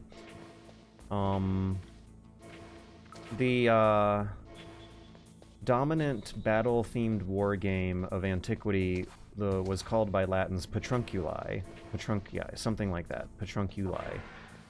And it was a chess-style, top-down battle strategy game where there were no random elements. It was positional flanking strategy. Two armies of tokens representing phalanxes would slide across the board towards each other. And it was modeling a style of, an idealized style of ancient warfare where the dominant empires of the time were always assuming that the only thing that could beat their phalanxes are two enemy phalanxes. That discipline of keeping the phalanx together could turn it into an unbeatable unit. And so the only real wars to worry about were phalanx on phalanx wars, the only ones to train for strategically with gaming. And so the rules of this game are kind of like closer probably to checkers than chess. You need two pieces to overtake one of your opponent's piece. There is no victory from head-to-head, piece-on-piece combat. That is considered more a stalemate. It's emulating the Rome Total War or medieval Total War situation where two heavy armor units have no support and are just kind of sitting there looking at each other wondering how to manage the resulting stalemate. With the fall of the Western Roman Empire, that game starts to disappear off the archaeological record and does not have any future descendants, as closely tied as modern strategy games are to chess, which takes the place of the Roman Petrunculi game. Why did I bring this topic up while talking about how games represent combat and violence and how political idealization is taken in mind when the developers are making that depiction. And, yeah, randomness. Randomness is not included in games from medieval and antique times because a game that included any randomness at all was thought of as gambling, not as the same thing. As a simulation for what human beings in a contest deciding some kind of, intersection of luck and skill is what battles were thought of. Gambling was seen as a game with no skill. Yeah, there was something... I don't think there's a solid evidence-based explanation so much as I'm just inferring and speculating out loud, but there does seem to be something that was spooking them away. The interesting question is, why is there not an explanation behind why gambling and elements of luck and chance were kept out of the strategy games for so long until the late 1700s? It is quite a chance that the thought never really crossed anyone's mind. That it was, the thought of including randomness and luck and stability in your simulated warfare did not strike them. It had to have, though. Homer talks about it. The gods represent unlucky shots. The gods represent freak accidents, and random chance. So what would be going on there? Why did the games not simulate that until the late 1700s? There's some kind of theological history going on intersecting there that has not been particularly well popularized. Get the armor in B2, go back to the other... Ah! You're right! I almost forgot. I forgot B2. Thinking about my Kriegspiel project had me so caught up in that train of thought that I forgot about the armor in B2. But yeah, I think in competitive games, randomness is really hard to balance. I don't blame anyone for not trying. Interesting thing is that they did not try until the late 1700s, even though games of luck and chance still existed and were always thought of as some kind of unsavory, blasphemous thing. Games of simulated military strategy and tactics were not into applying luck until centuries upon centuries later. But yeah, in the history of Kriegspiel development, they do. And it is, somewhat interesting how the controversies and gameplay balance discussions arise from there on out and are handled and tackled, and how even when making an attempt at simulating the uncertainties and accidents and bad, shitty luck that the soldiers can have during a battle, how battles so often in reality do seem to be decided by luck. Making some kind of controlled systemic simulation of that luck didn't happen until the late 1700s. And that was one of the biggest differences between chess and Kriegspiel, is like a dice roll to determine whether or not the chess piece does actually succeed in the simulated combat of knocking the other chess piece off the board.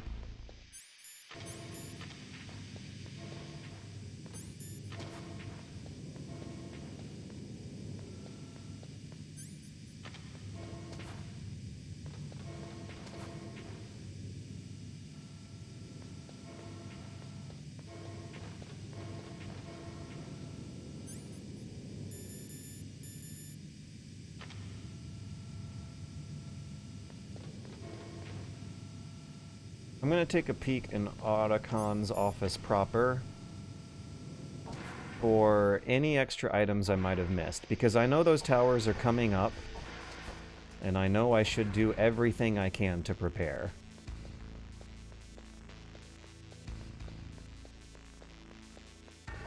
Because I have the advantage of knowledge and experience to definitely make my run through those towers and the associated helicopter a hell of a lot easier than it was last time. I think it's a really good fit for RPGs with common themes of fate.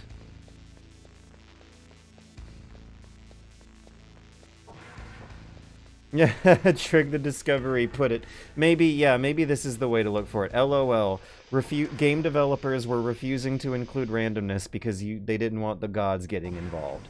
Yeah, I mean, I don't want to say it like that. That does sound like quite a potentially hyperbolic, silly statement about... Let's see if I can slip through here without taking that damage. That does feel like the potential is there for saying something super wrong, but might have been the assumption I was working my way around. What's wrong? Snake! Snake! Mississippi. 1 Mississippi, 2 Mississippi, 3 Mississippi.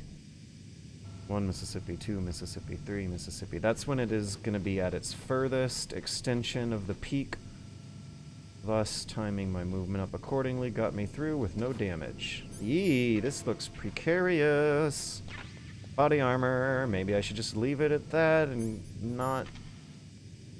Or maybe I should slap that body armor on and clear the other rooms out, because I will face less consequences for running into an unexpected camera if I put the body armor on first.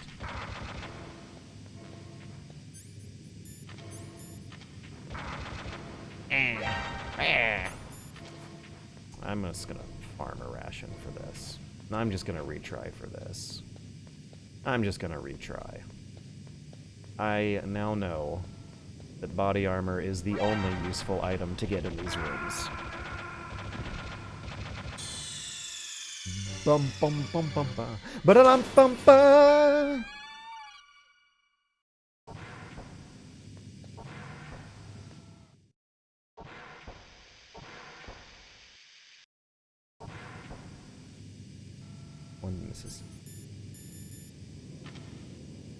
One Mississippi, 2 Mississippi, 3 Mississippi, yes. Beautiful. Very smooth. Not very smooth. Bad methodology. I should have peeked before I turned the corner.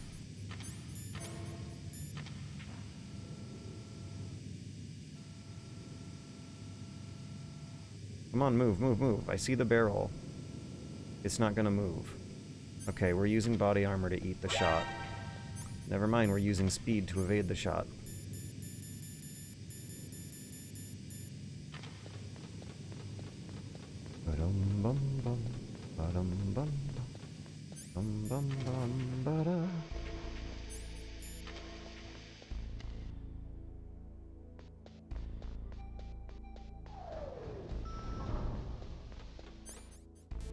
Okay. This is everything in B2, right? No need to backtrack anymore, right?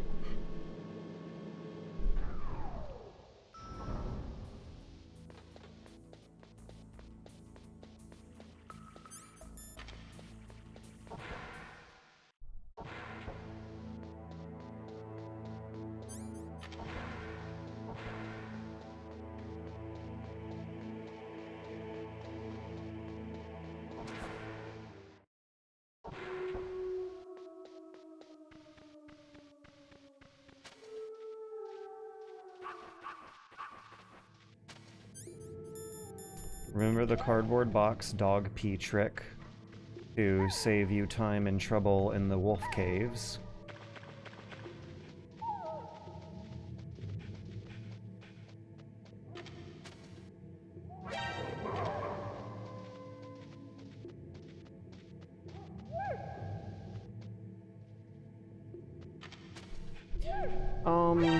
Okay, Token Flip Guy, I have a question about some pretty obscure Metal Gear Solid trivia that, that you might be able to hook me up with. I remember reading an interview where, either Kojima or Shinkawa, one of the top three big creative leads of MGS1, were talking about how they did have to tackle the philosophical question, what is a game? Which I'm so tired of constantly coming back to, but is necessary to annoy oneself with that one. Yeah, Is there further information?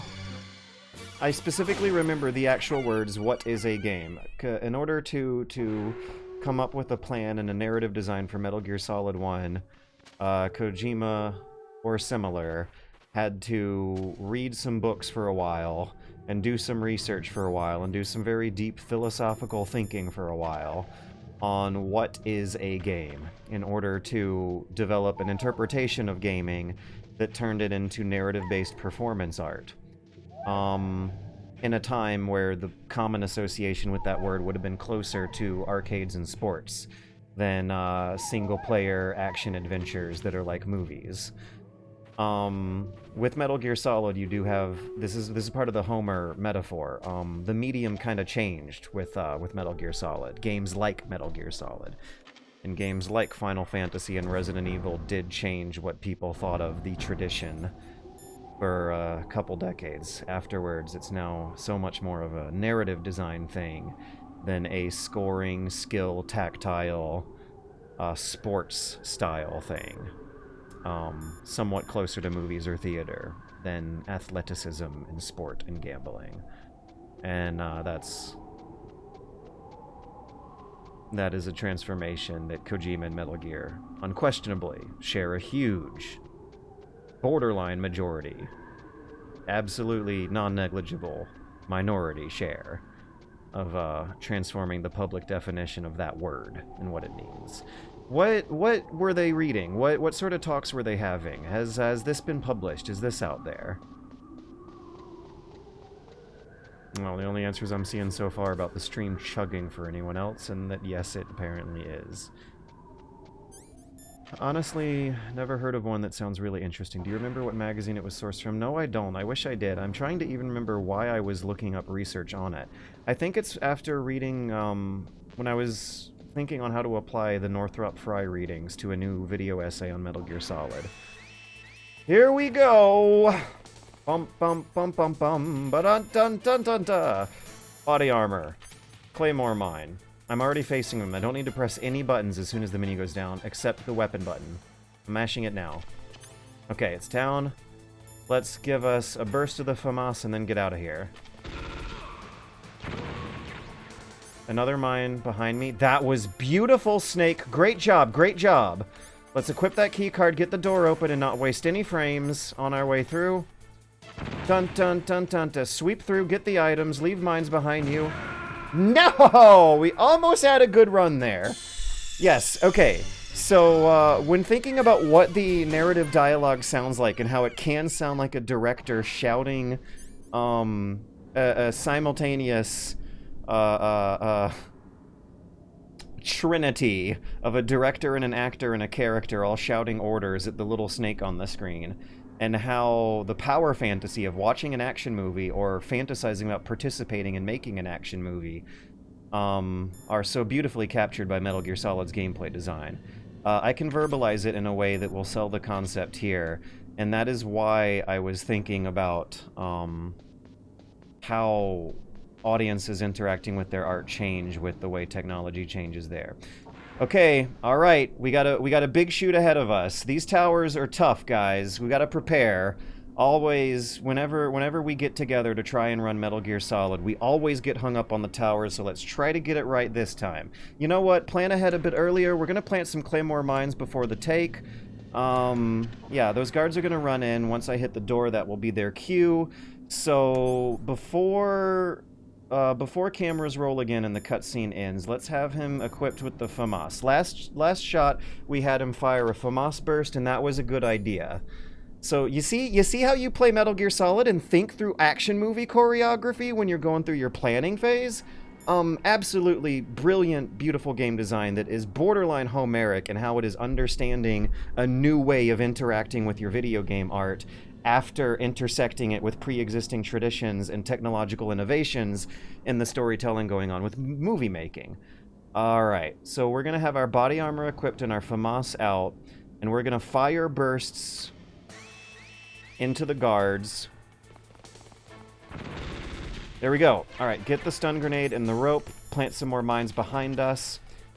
Bringing up the menu gives you time to think a plan out on a very quick, responsive basis. We gotta equip the key card, equip the armor. Let's get through. Get those items up. If we want to optimize our shoot, we gotta get the items on the way up the tower. Good thing we've avoided damage so far. Camera angles looking great. Looks great. Feeling great. We gotta retreat. Okay, so let's see. If Snake wants to do this and look really cool and have it actually work out, let's take out the FAMAS, keep our body armor on, press that movement button and shoot button at the same time. Come on, George, you know the motion. You've done this before. Move and shoot. Controls are a little complicated in this game, granted, but you can do it. Oh no, he's crouching. Yeah, no, come on. We've done this. Shoot some bursts on the way. Camera's trying to hide it just because it looks cool. Viewers demand a shot that looks cool. Don't worry about it too much. Let's do a reload. Soon, this is a cue for some other extras to come in from the top of the frame. They're gonna come down. And Snake, we gotta get you to do some martial arts. There's some stunts that are required ahead. Oh, come on. I'm sorry you took that hit, but we're working it. We got a good run going so far. Good run. Damn. Okay, here we go. Guard up ahead has showed up. Flip him. Yeah, great job, guys. Great job. That looked awesome. Dun. Keep it going. Don't stop. Dun. Da-dun-dun. Okay, while we're paused here, move and shoot. That means for a bit of a split-second frame, I'm gonna have to hold the fire button before the movement button. Bam. Got him. Looked great. Smooth. Beautiful, guys. Beautiful. Get the body armor back on. Unfortunately, we took one hit, but it's just like 1-2 frames of imperfection. It's fine. The audience won't care. They won't notice those mistakes. Dun. Unequip. Damn, I forgot to ration. All right, take 3. We can do it on the 3rd time. Come on. Yeah, he's entering the flow state. Director power fantasy. You get it? Those Northrop Frye lectures really wanted literature critics, aspiring literature critics, listen to those lectures to think in terms of metaphors. And after listening to those, I am now thinking of Metal Gear Solid as a gamification of a metaphorical power fantasy of simultaneously being the actor, the character, and the director. When you're struggling with the camera, the narratizing going on in your head is going to kind of sound like a DP, a director of photography, struggling to find a perfect shot that looks cool, feels cool on your fingers, looks cool on your eyeballs, looks cool for the audience. When you're Snake, when you're thinking like Snake, you're thinking in the micro moment. You're kind of sort of even pausing time to use your super cool commando reflexes to think of what tiny little tactical maneuver he'd do in a 5-frame span. But being able to pause time and bring up the menu like that allows us, the puny, nerdy audience, who certainly are not cool action heroes, to think up what the action hero would do. And when you're thinking like Snake the actor, I feel like thoughts like those come up during the micro moments where you're struggling with the controls. You might have made a mistake. When turning around to look cool, you might have accidentally caught on a piece of geometry and fumbled it for just 2 frames that no one else except yourself might have noticed. Yeah, this is new game criticism method happening here. I had only thought about this with Kentucky Route Zero, not MGS. Let's get the FAMAS out. Body armor, there we go.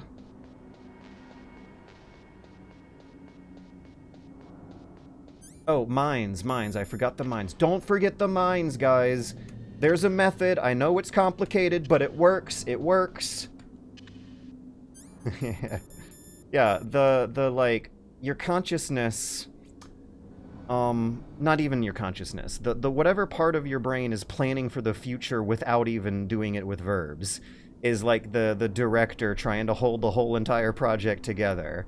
And your reflexes, your quick animal fight or flight reactions is like the actor deciding on a minute basis what tiny little micro movements of the muscle will sell the finesse of emotion better for the camera. Dun dun dun dun dun dun dun dun dun dun dun dun dun. Let's lay some more mines. I saw the door move. Good. We didn't take damage, Snake. Why? Why didn't we take damage from that mine? Let's get more mines. These explosions are great. The audience loves explosions. Audience loves a moving camera. This is looking good. Scoop those items up. Scoop them up. Mine behind. A guard's gonna come from behind. Okay, we got the items up. One smooth, fluid motion. Great job. It looked like a clock. It looked like a clockwise walking motion. Let's get some run and gun, run and gun. Martial arts, martial arts. We need stunts. There we go. Awesome, awesome. All right, we're going to be climbing up. Shoot off camera, suppressing fire off camera. Looks great, looks great. And it also stuns any guards who happen to be there who we just might not see. Dun, dun, dun, dun, dun. We're going to flip him. He's getting too close. God damn, extra's fucking up. He's getting too close. Gotta flip him. Sorry, man, but I gotta flip you to sell the shot. Da, da, da, da, da. Awesome. Beautiful. Awesome. We will use that for the final take. That was... couldn't have looked better. Great job. Bum, bum, bum, bum, bum.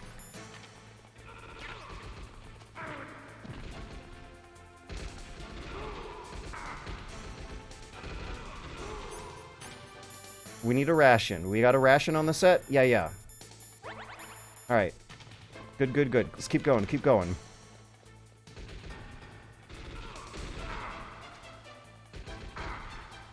Ugh, I'm losing too much life.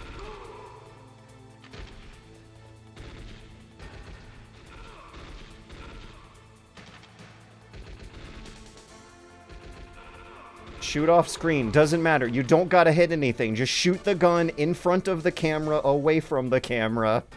That's how you know we're in an action movie starring an action hero. I have very little life now.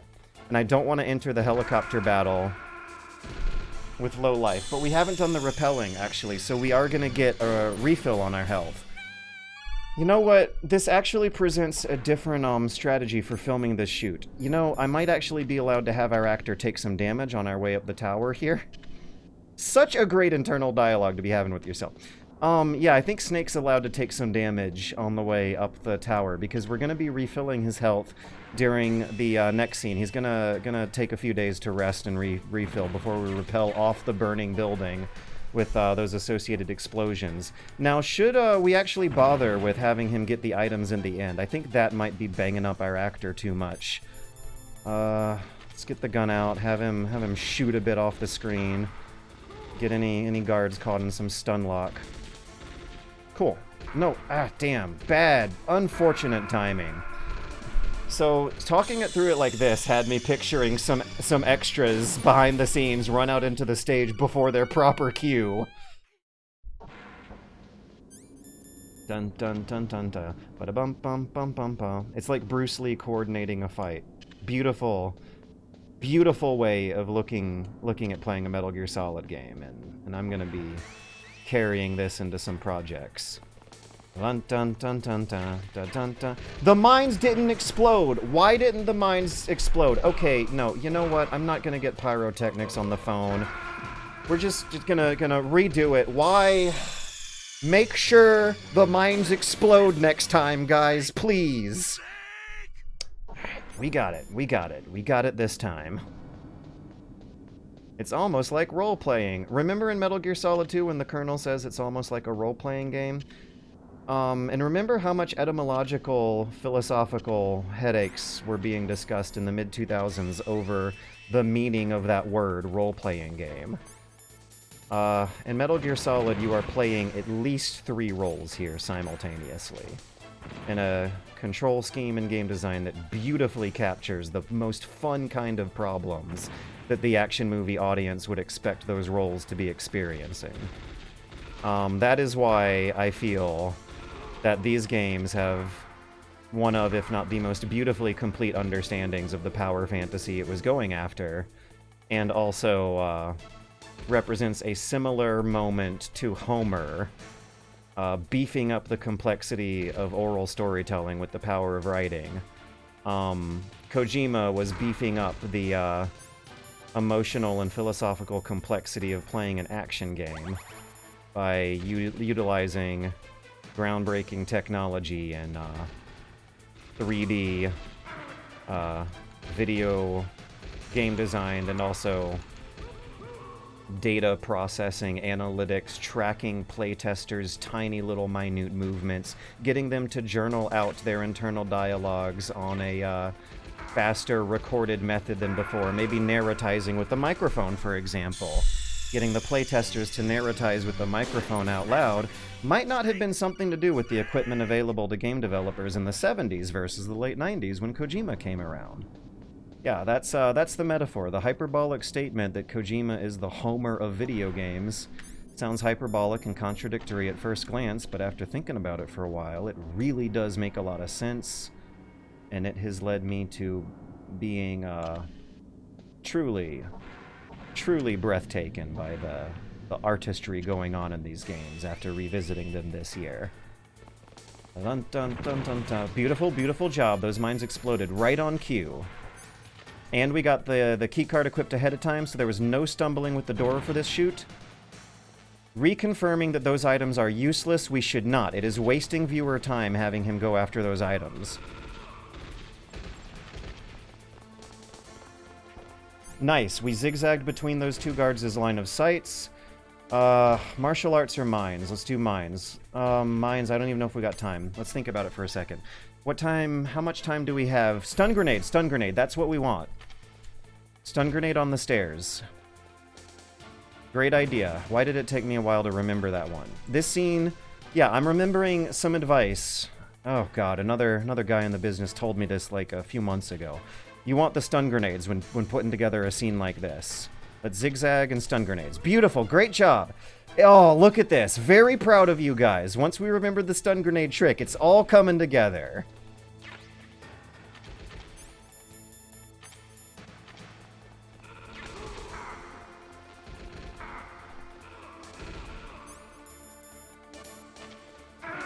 Damn. I got so caught up in the stun grenades, I forgot to tell him to eat a ration again that time. Brum bum bum.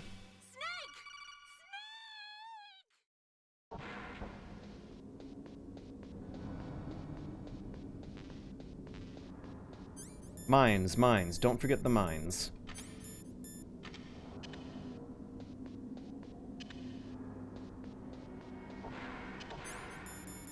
Assault rifle, equip the assault rifle. Do not feel tempted to go after the items this time. I know it makes you look cool, You got a big-headed ego on you, Kurt Russell, but let's not go after the items. You're allowed to shoot the gun off frame for a few tries, though. That's fine, Kurt Russell. You're allowed to look like a cool action hero is shooting your gun while we move our way up the stairs here. Oh, look at that. Your auto-aim caught someone. Okay, we got guys coming up from underneath and up above. Let's throw some stun grenades and do some martial arts, remember? Bum bum bum bum bum. Bada bum bum bum bum bum. Yeah, awesome. Beautiful take. Beautiful take. Body armor. We forgot the body armor. Great job. Remember the body armor. Don't get discouraged. Keep it up. Keep it up. Dun dun dun dun dun. Bada bum bum bum bum bum. Brum bum bum bum bum bum. We got a rhythm. We got a flow going. A little too farther apart. If you guys were closer together, that would have been perfect. Like that, like, no. Oh, they didn't fall into each other. What's going on? Okay, we need stun grenades, Do we have any more rations? Yeah. Let's, get a cookie out of the pocket, have our hero eat a cookie and continue the shoot. Awesome!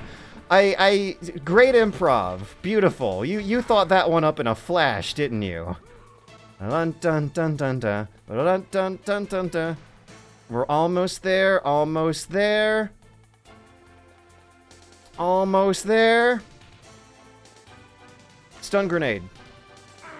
No. Come on. We're almost done.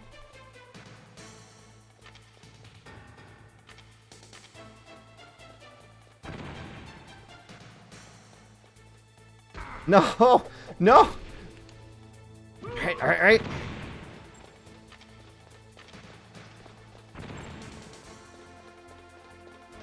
Don't get the item. Don't feel the temptation. Resist temptation. Climb that ladder ASAP. There we go. Cut. Beautiful. Well, there were a few mistakes, but the audience won't notice. No one will care. If we do that again, I can think of a few ways it could go better, but as of right now, guys, let's move on and hit the next scene. Worry about it for later. It's time to move on. Make a save, just in case. Just in case we need to go back and reshoot that one, we'll make a save. But for now, I'm feeling pretty good that we can move on to the next scene. What do we got? Helicopter battle. Okay, let's see. For putting this one together, we're gonna have to have Stinger missiles ready. No. God damn, I forgot the plot. The storyboarding sequence. It's rappelling down exploding building first, then climbing back up the building, then we shoot the helicopter with the Stinger missiles. Right. Jeez. Exploding building rappelling comes before fighting helicopter, of course. Okay, that means body armor. I don't think weapons are going to be important for this scene. Stun grenade, no. Just body armor. Alright, so costumes good. Riders. Are the riders all up to date? Do we got them on track with the shoot? Look at this! Look at how much sense it makes! For that line, Snake was saying something that the director, who just herded the cats all together through that horrible, some mistakes that were made, he actually said, woo! Yeah, there is, for this chunk of game, there is an amazing synchronicity going on between the player's internal dialogue and what the characters are feeling. It is incredible game design. Fucking fantastic. Oh, man. Yeah, I think we're good. We're all prepared. So we're just following it by the script for this one. Kojima's got his vision. The auteur drama queen's gonna take it away for the next 30 seconds or so, and then it's back on me again to throw this thing together. Let's do it. Helicopter. A lot of anxiety from last time we did the shoot with the helicopter, but I can get over it.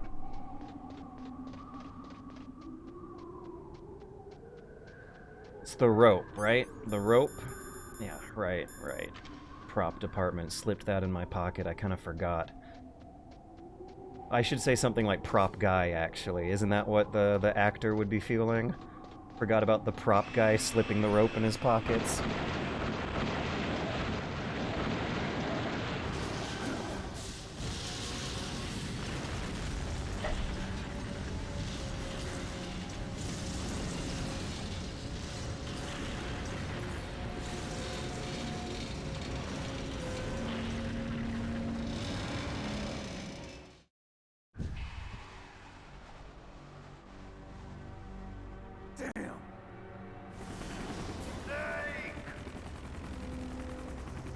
I'm afraid I can't let you get past here. Liquid. You're not going any farther. Die!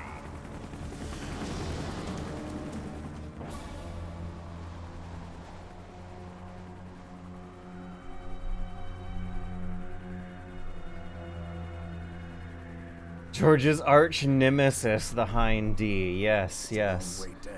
For those joining us for the first time, there might be 8 of you.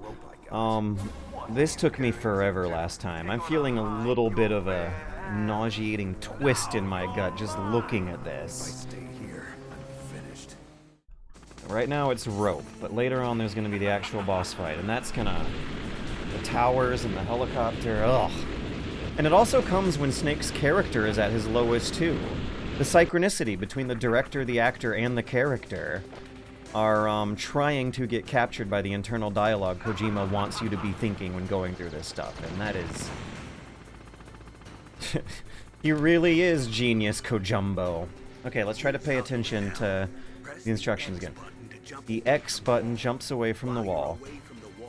Press down on the directional button to drop down. If you jump while pressing right or left on the directional You could make a big jump. a big jump in that direction. Press and hold the circle button. Walk slowly across the wall. If you're careful with the timing, you should be able to dodge the gunfire from the hind while you rappel down.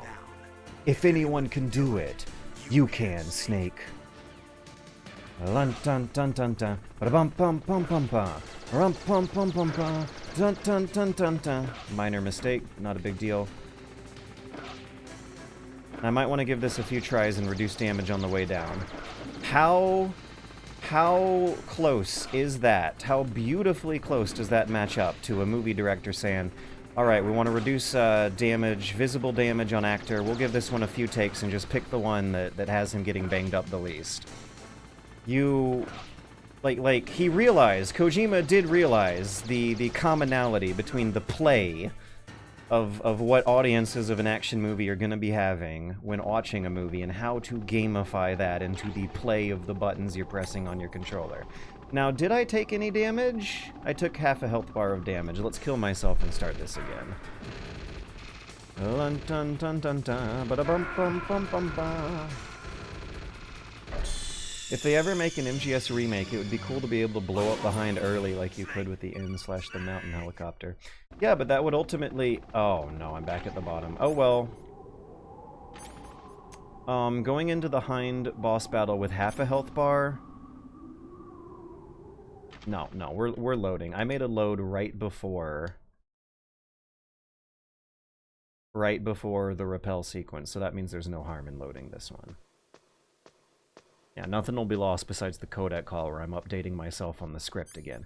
Right, like, how strong of a metaphor is it? How much is, when, in a Metal Gear Solid game... You know what? I need quiet time for this. Let's close the door. In a Metal Gear Solid game, the game has atmosphere, too. 1998, and the wind noises shut when you close the door. It is... Every time I play through Metal Gear Solid 1, I am swept away at the beauty of this game. Close the door, the wind noises stop. And I noticed it subconsciously before I verbalized it, at which point admiration at the technological accomplishment hit. How strong of a metaphor, how much is it like, the actor of a movie kind of sort of forgetting where we are in the script? He throws his arms up and says, "Wait, guys, hang on, cut. Why am I doing this right now? Why is Snake doing this right now?" How similar in the writing team and the director all huddle in a circle and give him a refresher. How similar is that to bringing up the codec screen and finding your friends on the telephone, getting a telephone call as a refresher for where the story is right now, where the script is headed right now, why you are doing as the character, the actor performing as the character, why you're having him do what he's doing at this part of the story. I think 16-bit JRPGs have some of this metagame design going on, though without the cinematography, obviously. Yeah, what writing was to Homer, the cinematography is to Kojima, and that was not happening in 2D. That's new for the developments of 3D gaming instead. Yeah, in Metal Gear Solid, you never knew you were thinking like this. In Metal Gear Solid, when you lose the plot and call your friends on the phone on the codec to have them remind you where the plot is, you were thinking like an actor who is losing the plot and having to call the team over to remind them where they are in the story at that moment.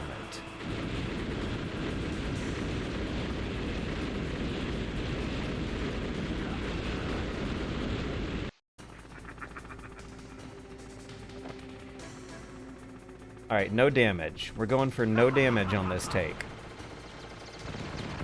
Once again, doesn't have to be perfect, but if the take is 95% good, that's... The player is gonna think a thought like, okay, good enough, moving on. Like, the metaphors are so strong. The action movie metaphor. Metal Gear Solid is a game about tapping into some powerful metaphors about how playing a game can feel like the kind of power fantasies audiences are having when watching an action movie. And some of the audience is going to fantasize about being the director. Some are going to fantasize about being the actor. Some are going to fantasize about being the character.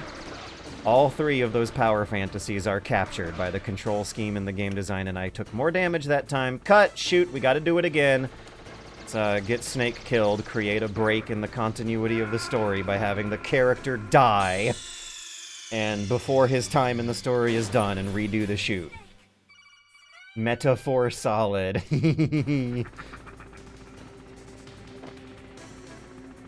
People say Nolan's films are all secretly about making films. I wonder who's the closest game equivalent. Do you think you'll make a bit about Homer / Oh, buddy, you have no idea. I think I'll make the remainder of this year's worth of videos about Homer / Metal Gear Solid. More specifically, an influx of inspiration that hit me after doing some reading on literature criticism. I have a newfound energy for criticism, some new theories and metaphors to work with that are being plugged into content. Oh, too much health damage. Gotta redo. Dun dun dun dun dun. Dun dun dun dun dun. Bum bum bum bum bum. Dun dun dun dun dun. Yeah, cut. Stop. Don't even try. No, Kurt Russell, stop trying to look cool. We're doing it again. I also really like the metaphor of you shooting your gun off camera just in case the auto aim's gonna catch an enemy in the arc of the general direction you pointed Snake in, as similar to the action movie hero just shooting the gun off camera because it looks cool. It gives you an incentive to do a little vanity action movie posing.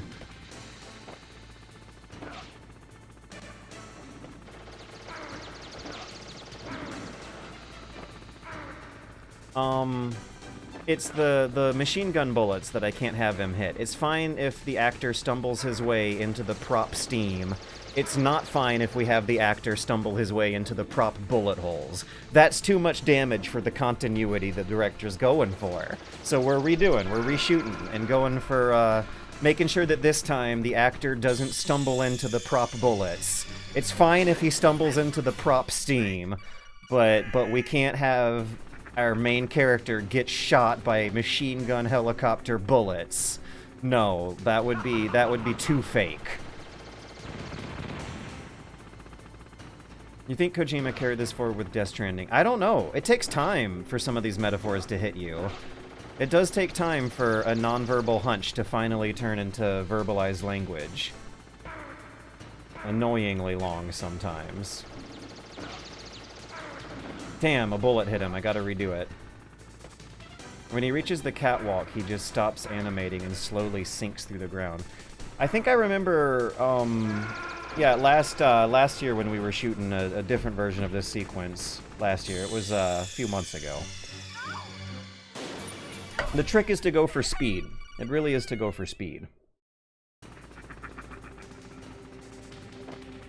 So, furthermore, further metaphorical explanation of the thesis is that by dying and retrying in a Metal Gear Solid game is like a director starting and cutting the shoots.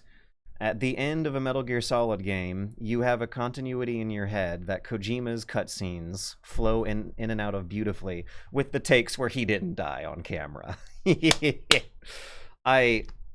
Have any other Metal Gear Solid critics been thinking of it that way? Certainly I can't be the first one to be explaining the fun of Metal Gear Solid in this term. Everyone's always known it's an action movie video game, but these feel like a new interpretation of the mechanical challenges being like the production of an action movie shoot, or really the fantasized, idealized vision an audience would have of what putting together an action movie would be like.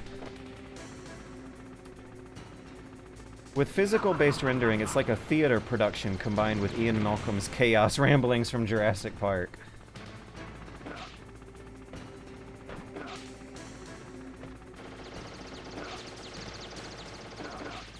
Okay, good.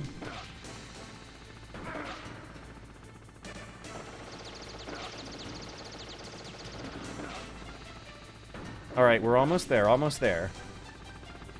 Good run.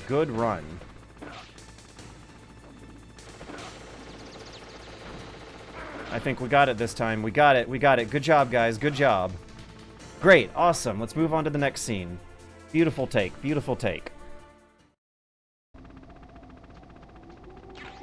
C4 times 2. So that means we can blow the door up and restock just in case. I do believe we utilized quite a lot of bullets going up and down that tower. Now it's safe to get the items downstairs. Yeah. I loved the hunch of a thought I had when yelling at the actor to quit scooping up the items at the end because it makes him look and feel cool. Of the death call part of my psyche, wanting to scoop those items up at the bottom just because it looks and feels cool to try and do everything and have the optimal run, being a metaphor for an actor's ego clashing with those of everyone else on set and them just like needing to to rein it down and bring him back.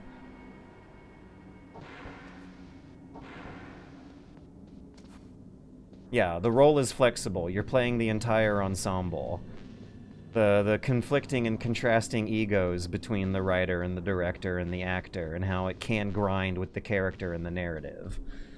So when thinking of my Metal Gear Solid 3 cinematic challenge run, I'm wondering, like, if the idea, if the hunch is a way to create a subconsciously experienced continuity where you'll have memories at the end of this game of a Metal Gear Solid playthrough shot from all the prettiest angles, with an unbroken continuity of Solid Snake never taking any lethal wounds. You know, like how I could not, to get an optimal gameplay run, I had to avoid machine gun fire, but the Steam is fine. That did negligible damage. Machine gun fire did too much damage. I'm gonna try to do a Metal Gear Solid 3 run where I'm never game overing. I am doing absolutely everything possible to avoid the on-screen Snake taking some kind of wound that would be lethal for a real person, and unbelievable, past the point of fantasy suspension belief for an action hero to survive. Yeah, it's gonna be a lot of fun. I want to stick to the original angles, and narratize, stick to a cinematic narration style where it sounds like I'm the director of a movie set shouting the instructions at the crew. Dun, dun, dun, dun, dun. Now, this method doesn't exactly look great on camera. There's got to be a better way to do it. Maybe when, you know, I'm making my next movie, we'll think of a better method, but for this kind of scene where the hero just has to go down a long, straight line with bad guys at the other end, yeah, like the most effective solution on screen and for the narrative on script and for it to make sense for the viewer, and both for us to just get it done and move on to the next one, is this Nikita thing, and I'm not quite feeling it. It doesn't look great, it doesn't quite feel great. You know, we're getting the job done, and we actually... Damn. That was... We just undid some good progress that would make a reshoot of the rappel sequence better. Oh boy. Guys, I am so sorry to say this, but we gotta do the helicopter. I know, we gotta do the helicopter explosion rappel escape scene again. I know. Right, I know. There's union stuff. We can overpay. It's fine. We'll do it. Okay, let's get him back. Get him back to the rooftop again. Frankly, George, we're over budget. We can't... Like someone's trying to talk him out of not doing this again.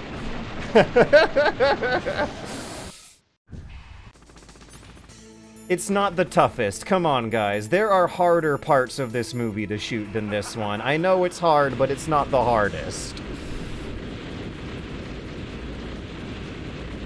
I like the theater metaphor because the script is the script. The script is a metaphor for the script. You just perform it properly or fail to perform. And if you fail to keep doing it in, you get it right.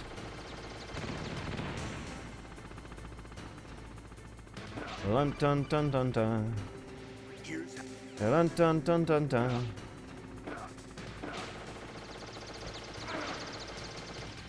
Okay, we had him take one hit of machine gun fire.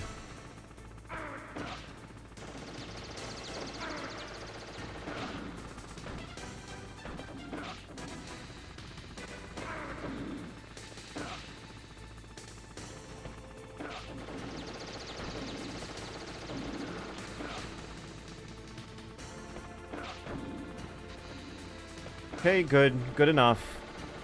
Oh, Perfect. Not even as good as last time, but good enough. Good enough. Good enough to move on.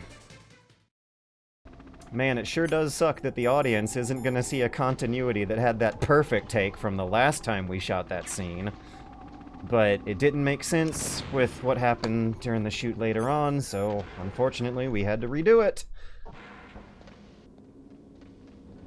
Oh, yeah, I'm also remembering this is a waste of time, too. I shouldn't be going on to scoop the items. That's, resistance temptation. Also, let's position Snake a little to the right of the door, so if he gets blown back by the guards, he won't fall into the...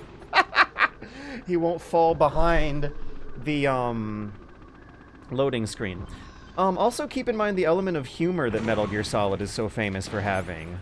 Because, like, you know for sure, absolutely for sure, even the most emotionally devastating tearjerker movies, the crew putting it together had to have maintained some degree of humor to stay sane. Like, yeah, jokes were probably cast on the set of Schindler's List that no one will ever hear about, that no one should ever hear about, but maybe, were made to at least keep everyone sane while putting something together like that out. So the slapstick humor that Metal Gear Solid is known for, how in the middle of very serious stealth scenes, you will, utilize both for gameplay and just for gags, silly tricks that just get you laughing in the middle of a very serious story. The metaphors... Oh shit, they're shooting. The metaphors, extend fully farther back then.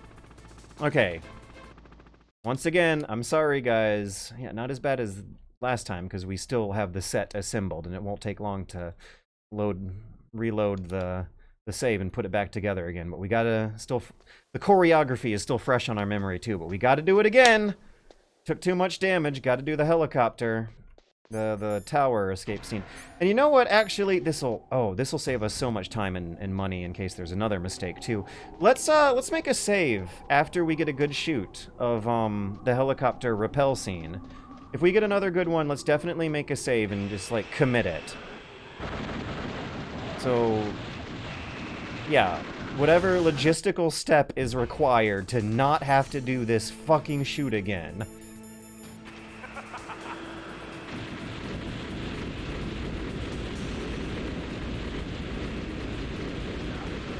I want a game explicitly with this filming conceit now, yeah. Yeah, with Metal Gear Solid, it's implicit, but it's there. It's absolutely there. And it was right in front of our faces all along with the ambition to turn an action movie into a game. Like, the way it was sold in the 90s, was that, wow, it's like you're really the hero of an action movie.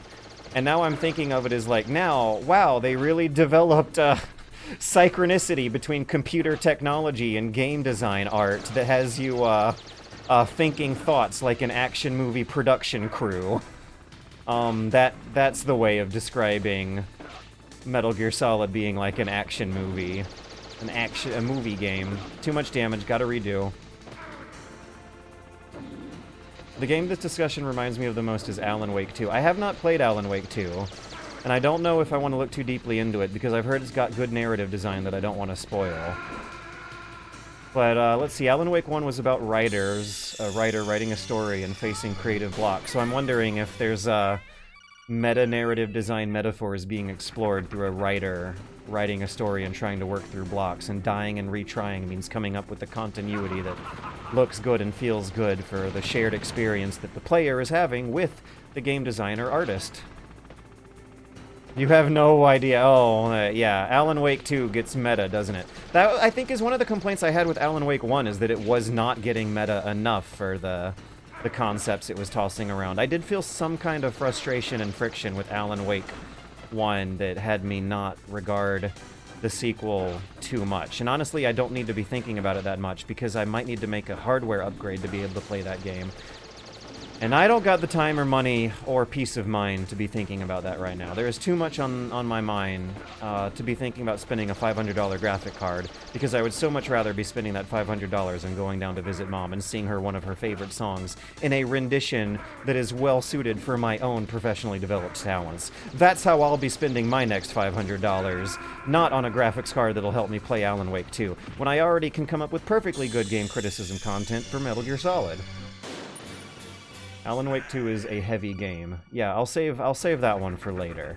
Especially because it looks like, as far as basic genre descriptions goes, it's third-person over-the-shoulder shooter, and I'm still disillusioned and burnt out from that format of interacting with a moving image on a screen. I'm tired of third-person shooting. Metal Gear Solid is not third-person shooting, thus I am not feeling the same kind of borderline physiological reaction.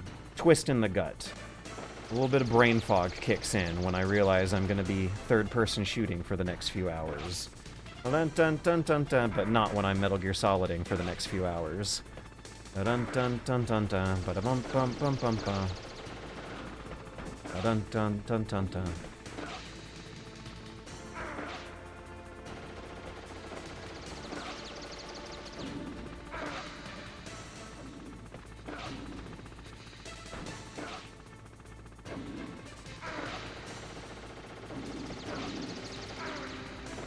Yeah, okay, so in the 90s, around the turn of the millennium, people talked about video games being movies. They would say, it's like a movie where you control the action on the screen. And now that thought has not necessarily been invalidated, but so much more completed by WoW saying, wow, it's like the problems you're solving in the game will require you to think through similar problems to an action movie production crew. And also, like, I think the collective of the crew.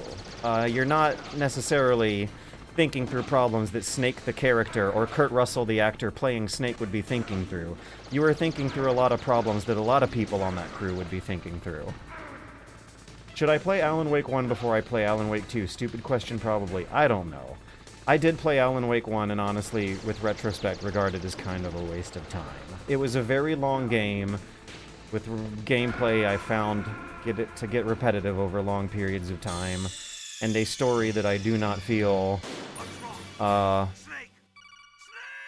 said any lasting messages I can remember or have carried with me in the years since. I do not remember very strongly how well that game ends narratively. I remember the visuals, and I remember the finger feels. I don't remember the moral of the story or relating to the story.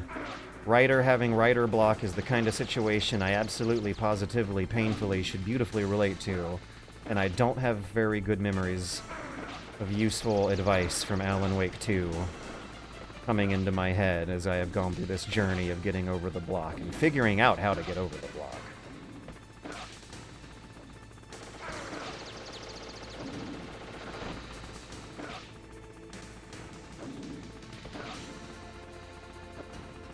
Okay, I gotta make sure not to have our actor hit the bottom of the frame too early, or else our reshoots will happen at the wrong spot. Alan Wake is definitely one of the games of all time. Is that the collective memory? Because I feel like my memory of the game is leaning a lot more negative than the collective's memory, and the majority, the average memory, and that makes me feel pretty bad. Because I have not heard other people talk about it as negatively as I talk about it, but I just saw a message in Twitch chat that has me suspecting that maybe people too remember Alan Wake as being kind of mediocre. Kim, my guest, is a great audiobook narrator. Usually does young adult books, though. Should give her a shot, see what her style's like. Excuse me, Snake is played by Christopher Walken's head, grafted on Jean-Claude Van Damme's body. Christopher Walken's head being grafted on Jean-Claude Van Damme's body is the funniest mental image I've stitched together in a while. That's a good one.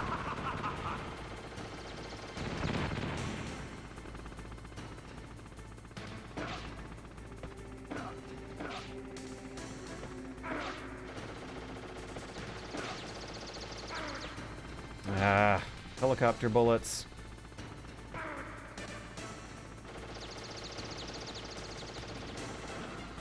It's fitting that The Shining mixes writer's block and alcoholism, since they never really go away no matter what you do.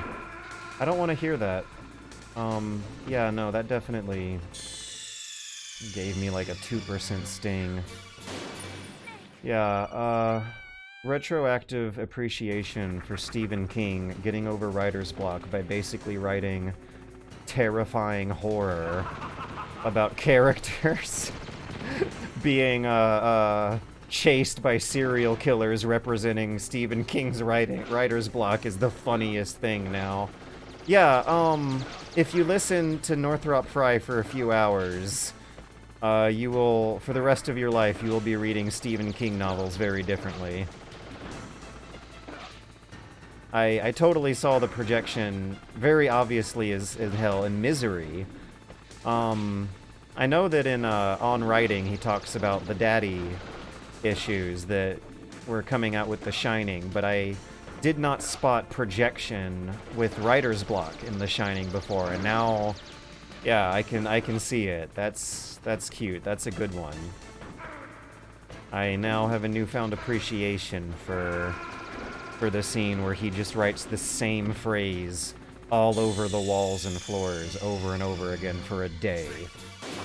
Yeah, that's the cathartic masculine scream of, "Look, I'm writing! I'm writing! You see me writing! I'm writing! I spent a whole day writing!" It's the same. What was it? No, it was, no food and no TV make Homer go crazy. That's what he spent all day writing.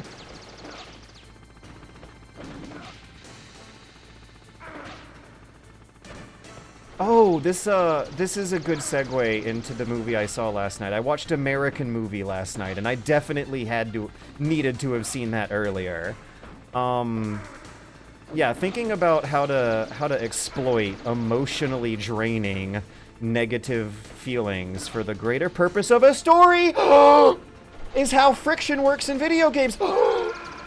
Yeah, I was talking in a few streams ago about how video games are they have the uncommon advantage of being a storytelling medium. I gotta say this faster, the train might derail. They have the uncommon advantage of being a storytelling medium that can take advantage of very negative feelings with the audience. Extremely negative, more so than what I think most people are willing to tolerate with movies and books and song, is just how frustrating and bad it can feel getting stuck in a video game for the payoff to be worth it. Think Dark Souls. Type 2 fun. Athletic feats of accomplishment. Bicycling across the country. Not fun while you're doing it. Sure as hell fun to think about afterwards, and the negativity that you experienced along the way is a moral of the story. Mr. Rogers saying what to do with your frustration. Actors have to do this. Creative types have to do this. They have to get themselves in some really bad headspaces sometimes in order to write bad things happening well. I saw American Movie last night, and one thing that struck me was the directors portraying the director of a film as being kind of an asshole. And the film is a horror movie. It's a gory, exploitive horror movie full of blood and guts and cursing.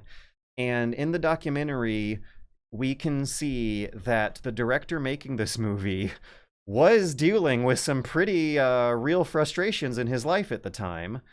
And after the movie, I watched the final cut of the horror movie he was working on and was so taken aback by the assumptions that the narrative arc had me assuming, by how it was a competently made movie. It was fine. It was good. He ended up using his frustration to make gore and profanity work and hit you. Like, you feel the character's pain when you see the blood and guts on the screen, and you really feel their frustration when you hear them cursing the paint off the walls, and that's a breakthrough that I don't know if the audience is really in a position to be able to fully appreciate, that art will subconsciously make them appreciate.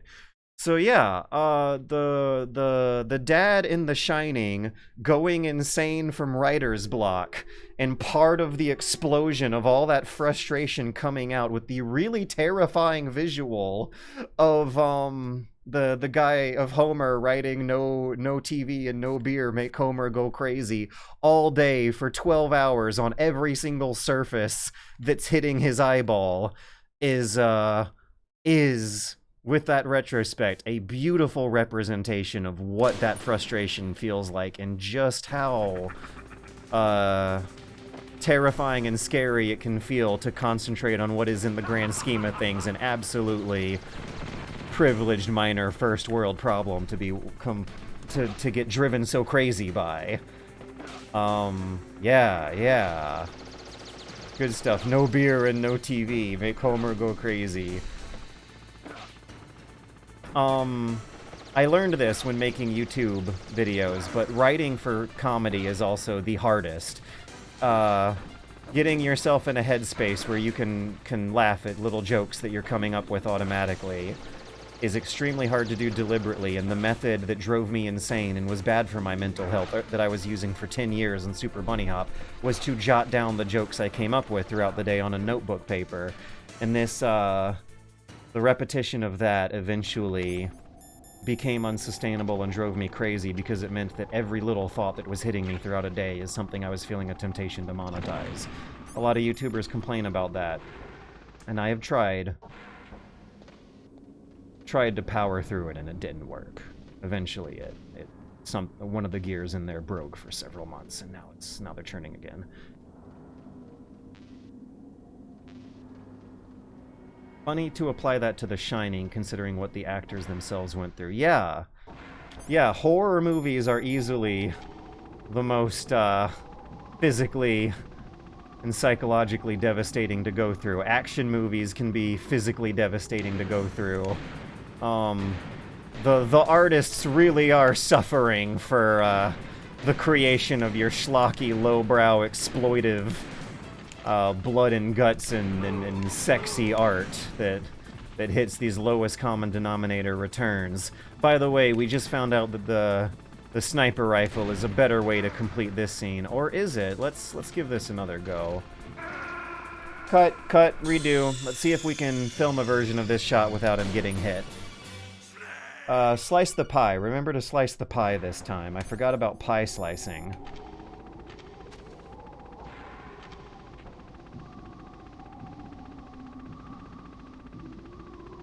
Can't see why Daniel Craig kept complaining about being Bond. When I was doing the Iliad a year and a half ago, the complaining that voice actors do hit me like a brick. Yeah, without taking that more seriously, I did end up with my voice going hoarse for a week on more than one occasion back then, and I wonder if psychological resistance to going through the pain of the recovery process and the laryngitis might have contributed to a feeling of resistance that kept my body from doing the thing my brain has so desperately wanted it to do for the past year, which is get back to work on this stuff. Yeah, Daniel Craig kept complaining about being Bond. That might be because Daniel Craig's mind, his consciousness, loved being Bond. He loved being the iconic, representative character of so many core psychological concepts that so many people of so many layers of culture hold dear. However, there could have been a physiological, psychological, subconscious block where his body, the goop that his body is made out of, was telling him no. Not putting it in words, but his body might have been non-verbally telling him no, please, let's stop being Bond for a while. And the frustration of those two grinding thoughts comes out with the complaint of Daniel Craig not complaining about being Bond while still committing to it. But yeah, it's fascinating, and I think good for the mental health to start thinking this through and thinking of art and creativity and more seriously addressing stupid YouTube video essays about video games as one's dealing with these struggles. Works with his version. Yeah, the Daniel Craig Bond is one who is somewhat existentially conflicted about being Bond. More closer to the novels as well as Dalton. Wait, do we have a... what is that? Oh, is that a little laser pointer that the gun camera is showing on the wall? Did I get a radar-free way of previewing an enemy position with no HUD? Also, something about the level design subconsciously steers me. Every time I go through Metal Gear Solid 1, I've noticed this. I always go to the bottom of that staircase instead of the top at first, even when I know ahead of time. I've gone through it a million times before. If I'm not thinking about it, the subconscious will steer me down there. It wasn't as dramatic as your entrance. Yeah, they really play into knowing it's an action movie game for this, these dialogues. Thanks to the stealth camouflage. How did you get up here? How did you get up The here? elevator, of course. The first floor of the circular staircase was destroyed. First That's why I floor. took the elevator. The elevator That's why. was working. Yeah, that's Yeah. right. How do I do Otacon? I gotta be a little more high-pitched. You're incredible. Like a movie hero or something. And Otacon is also giving the audience further You're wrong. subconscious clues as to movies, what the their hero relationship is always to saves Snake the and the girl. music! You're Ugh! Sorry. Forget I said anything. Oh, hang on. I know what tonight's Snake, karaoke song's There's gonna something be. I've really got to ask you. It's why I followed you up this far.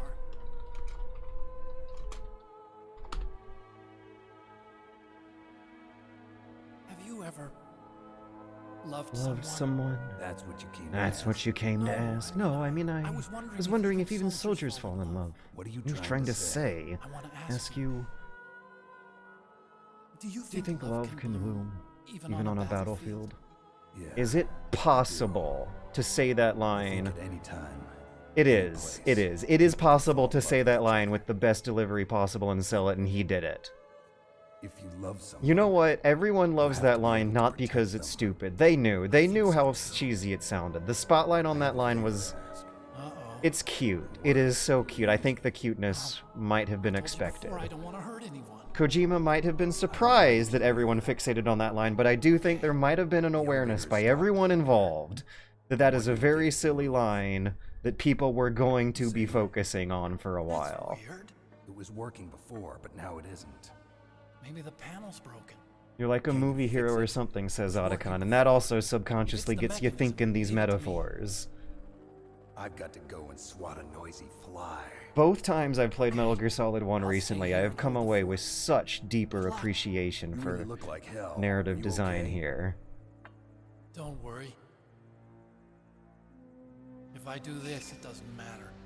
I just pretend like I'm not here, and then I'm not scared. And in a way, he is reinforcing what you've learned from the Counting on gameplay you. mechanics. The thoughts you're thinking are so in line with what these characters are experiencing. It is fucking beautiful. I'm telling you guys, I'm perfectly sober right now, but when that thought hit me, that what Otacon said right there is going to be reminding players of their own role in the gameplay system, I do, like, kind of want to shed a tear of what good story it is. Hideo Kojima is the Homer of video games in the sense that the level of competency and beauty of the story that he struck with the technological breakthrough is similar as well. It's funny how Blaustein disliked it, lol. He probably made his piece on it because he thought casting Sorrow's line is kinda bad, haha. Do you think love can bloom on a battlefield? Is a line that references some pretty thick layers of how the characters, I think, relate to the concept of love and their relation to it, and the concept of masculinity and how that intersects with love. Because before and after that line is spoken, Snake sees Meryl get shot up by a sniper rifle, and that parallels a development in Metal Gear 2 where Gustava gets shot up by a missile. When the characters are experiencing that, there's a parallelic repetition where things get quiet and serious over the next few hours of them contemplating on how love, from their point of view as fucked up soldiers who have bad understandings of what love and complexity means, their version of this very human, relatable concept that the audience is going to consider so intimate and important to the human experience that it borders on the cheesy. Like their understanding of love kind of sort of begins and ends at, oh, well, it means protecting women, and there's sadness to that. There is tragedy to that is not lost on the viewer. The cheesiness comes through. Yeah, like exploring these characters as sad, screwed up human beings is something that happened in a very short span of a story that takes place a few hours over one night, is something that I think absolutely shows great storytelling ability in the tradition of the great classic traditional storytellers like Homer. God, it's good. It is so, so good. It's just great imagery. A soul flower poking out of the muck.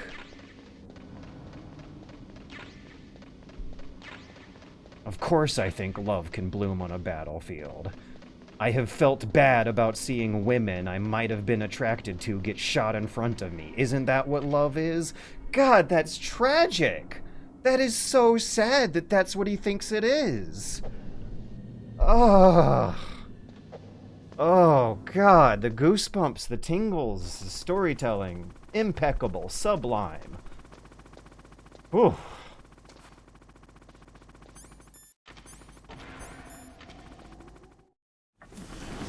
So, the snakes finally come out of this hole. Are you ready now, my brother? And now the mask is laughing after the mask was crying. The cheese, the camp, the overacting! Ask the father that you killed. The direction, there is such a conscious effort for Liquid to be overacting right now. Hitting us with the overconfidence of someone who clearly does not spend a lot of time thinking about this stuff. Brother! Ask our father in hell!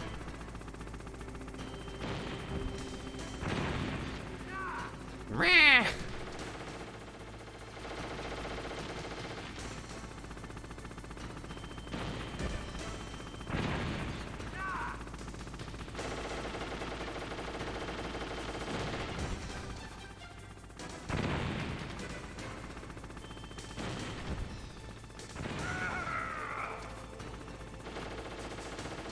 I wonder what happened in Twin Sinks that they underacted. I think the popular narrative, the popular history narrative on that one right now, and it sounds, I don't know how committed I am to this being what I'll believe forever, but I think the story goes that when they were recording the voice lines for Metal Gear Solid 1, they were all in studio together. And they all had gone through some mutual bullshit together, where there were, like, issues with traffic and background noises. I think someone had a cold that day. The feeling of camaraderie and rapport had developed from some endurance of dealing with mutual bullshit, a happy accident of a team-building exercise that they all went through. While they were all in the room together, they were in the mindset where they could and a location where they could bounce off each other, provide criticism real fast, respond to it with a genuine sense of appreciating each other's feedbacks in real time, face to face. And that didn't happen with Twin Snakes, where the script was recorded remotely, one line at a time, through the internet. Thus bringing rise to less intense performances from actors who might have been subtly, psychologically feeling less of a investment in the performance. But yeah, can love bloom on a battlefield? He sold it. They talked it through. They thought it through. They knew it sounded cheesy and had a good long talk together about how to mutually agree on how the conversation between those characters would go.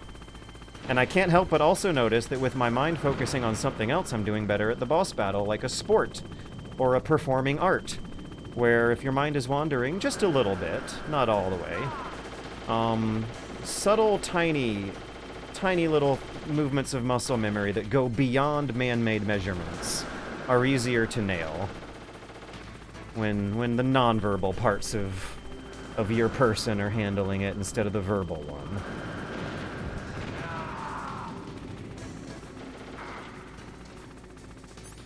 No ration.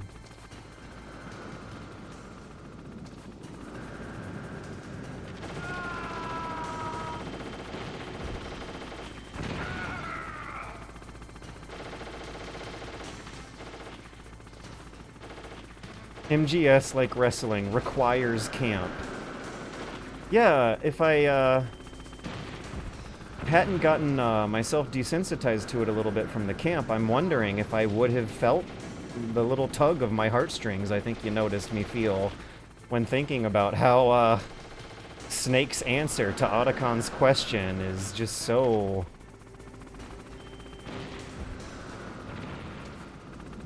tragically stunted of an understanding of the question.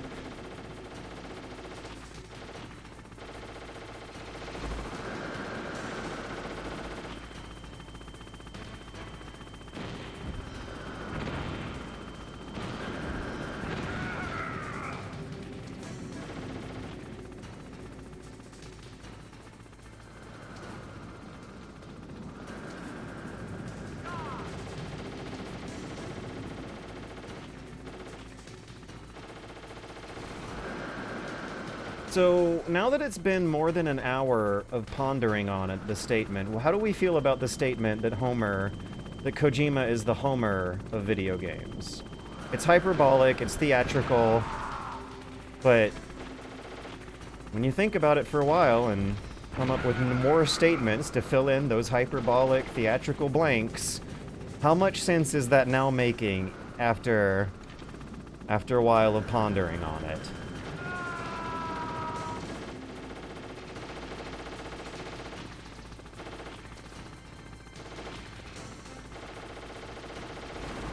I think Kojima would agree.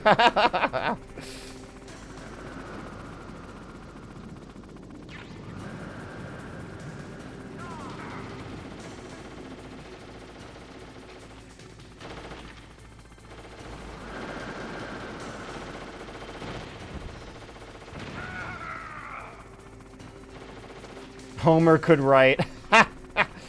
One thing these conversations, I think, have gotten me in a better mindset for is not focusing so exclusively on the writing.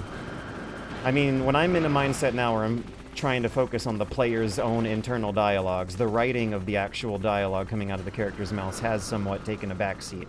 Especially now that I'm also focusing more on how it would have felt for the actors to say those lines as part of the player's own relevant experience. Yeah, did I get it? I think I remember a little bit of a surprise they leave for me.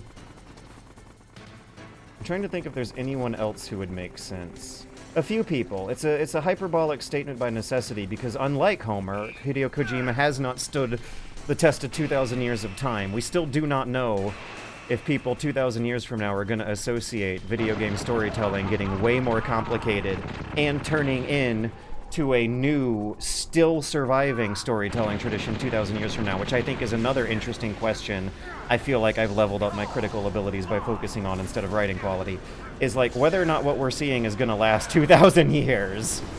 If humans 2,000 years from now will still feel the kind of emotional weight and power and joy that we have felt playing a new kind of story for the first time, like we have felt in the late 90s, turn of the millennium with Metal Gear Solid. Which I think is a similar feeling to what audiences must have been feeling when hearing Homer in the 9th, 10th century BC.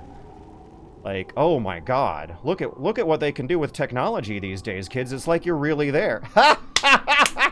Yeah, imagine, if you will, a goofy dad walking out of the poetry festival after seeing Homer. He's already gone to poetry festivals his whole life and heard poetry. But after Homer, holy shit, he's blown away. He's like, holy cow, you know? These days, they just got this writing thing. They've learned how to compute really complicated math using the writing. And now, look at what they're doing to make art out of it. It's incredible what they're coming up with. It's like you're really there. He's saying the words, and the way he says it makes you feel like you're really there.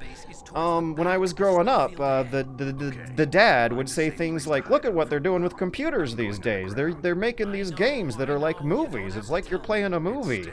I might not get it, but the next generation of kids sure seems to, and they're actually playing out little artistic storytelling experiences with them. Yeah, Hideo Kojima is the Homer of video games. Imagining audience reactions being so impressed by what the technology is doing to the storytelling is a further knock in this metaphor I'm delighted with about Homer being the Kojima of poetry and Kojima being the Homer of video games. It's such a young genre, so it's hard to possibly tell.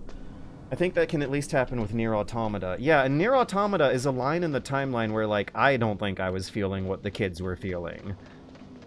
I think with modern retrospect, going back on those videos will show some evidence that I was not quite fully understanding the kind of thrill that the kids were getting out of their video game story with that one. Yeah, I need to give the Niers another look, definitely. After reading Northrop Frye, I might be able to appreciate the Niers as I should have. Because I guess another thing to keep in mind is that it doesn't feel good to be mad about video games. I have seen a lot of jilted, angry fans think that there was an element of malice to the dispassionate, economically motivated Nier videos that came out, but I was trying the whole entire time to get it and have fun, and really trying to put myself in that mindset, and it was not happening. Yeah, forcing myself to say the words in my head that would put me in a position of feeling what they were feeling. I definitely feel it with Metal Gear Solid, that is without question. For some reason, I haven't had that similar kind of breakthrough with the Niers. Yoko Taro has been doing one general thing since the 2000s in several mediums. It has still not been for everyone. But I can get it.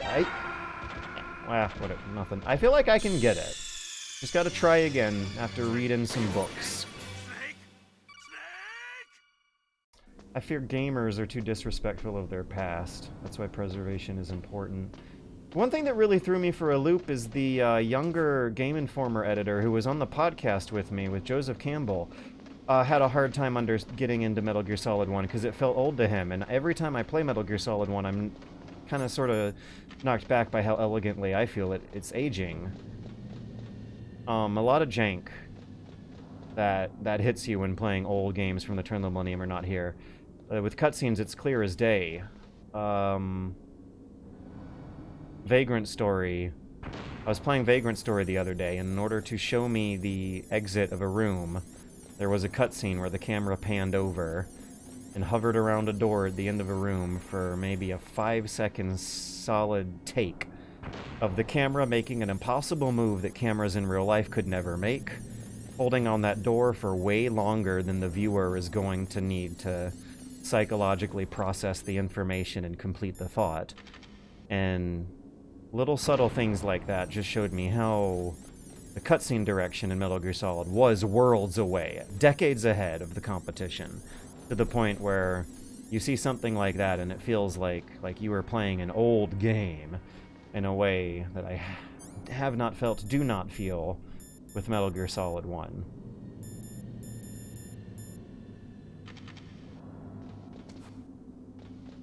There's only so much preservation can do, though. Silent movies have more or less public consciousness, despite many being super accessible. I don't know.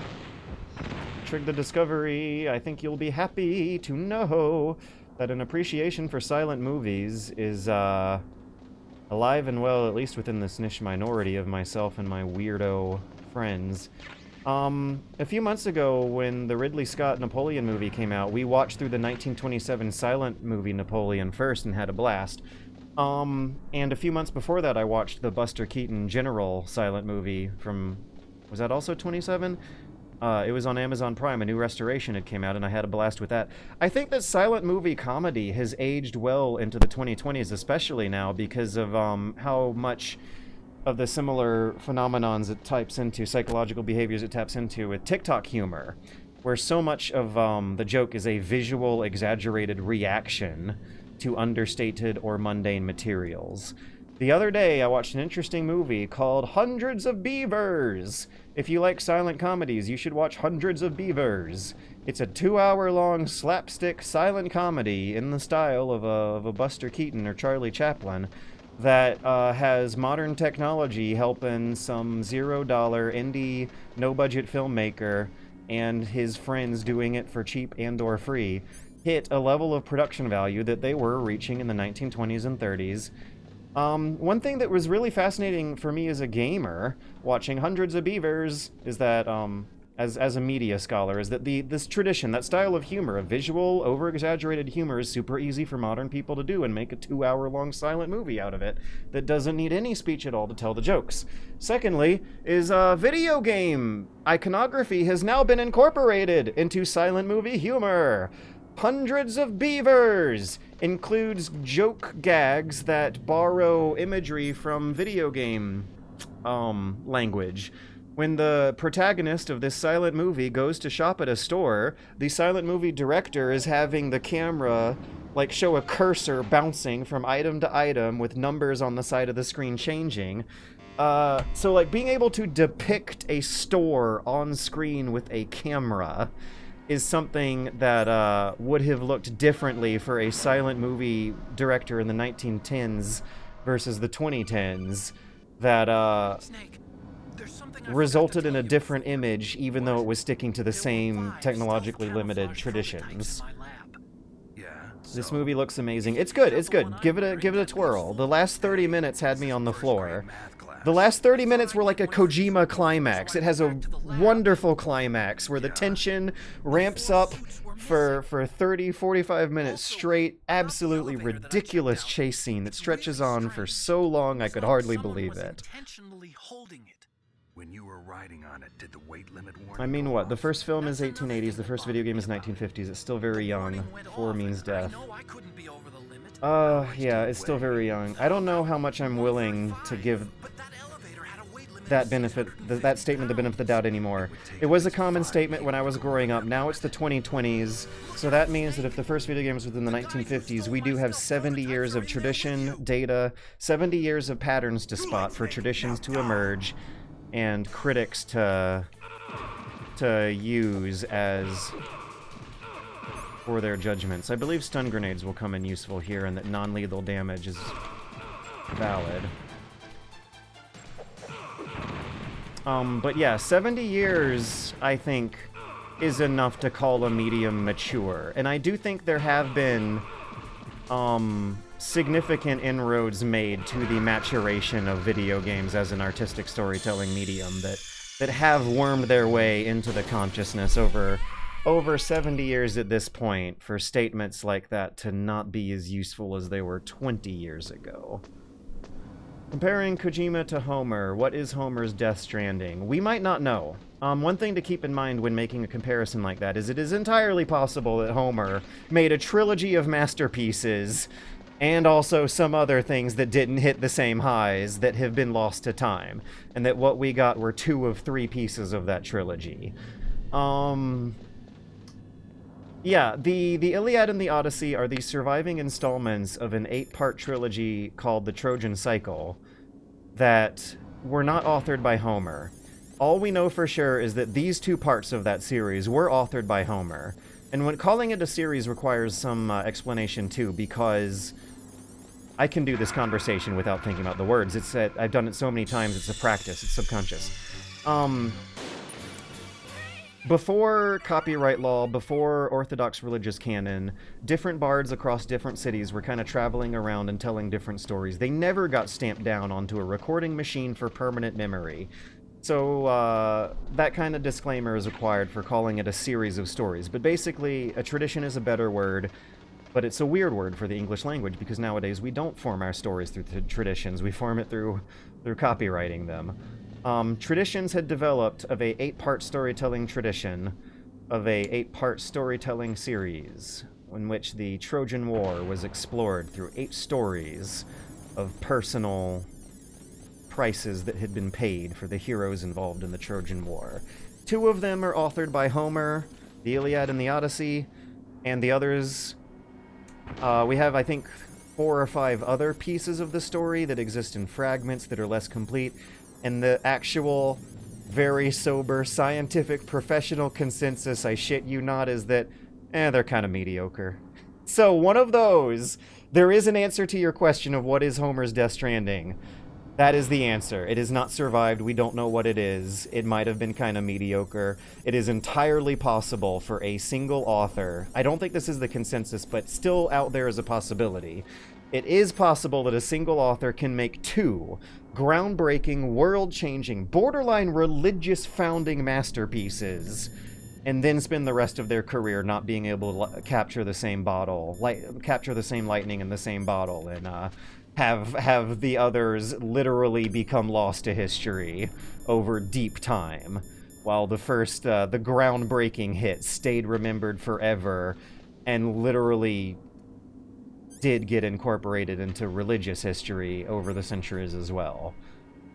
Because Plato, like all the ancient classical Greeks, was very, very influenced by Homer, So many generations of important people who invented Christianity and monotheism and philosophy were doing it under a childhood formative inspiration where Homer was the Metal Gear Solid of their childhood. The philosophically deep but still campy and cheesy and entertaining war stories aimed at teenage boys with a specific slant towards upper classer boys who would be expected to at some point in their life participate in military action. The metaphor, the more and more I talk through with it, the metaphor is strong. The more and more I talk through with it, it doesn't even seem like such a hyperbolic theatrical statement anymore to say that Hideo Kojima is the Homer.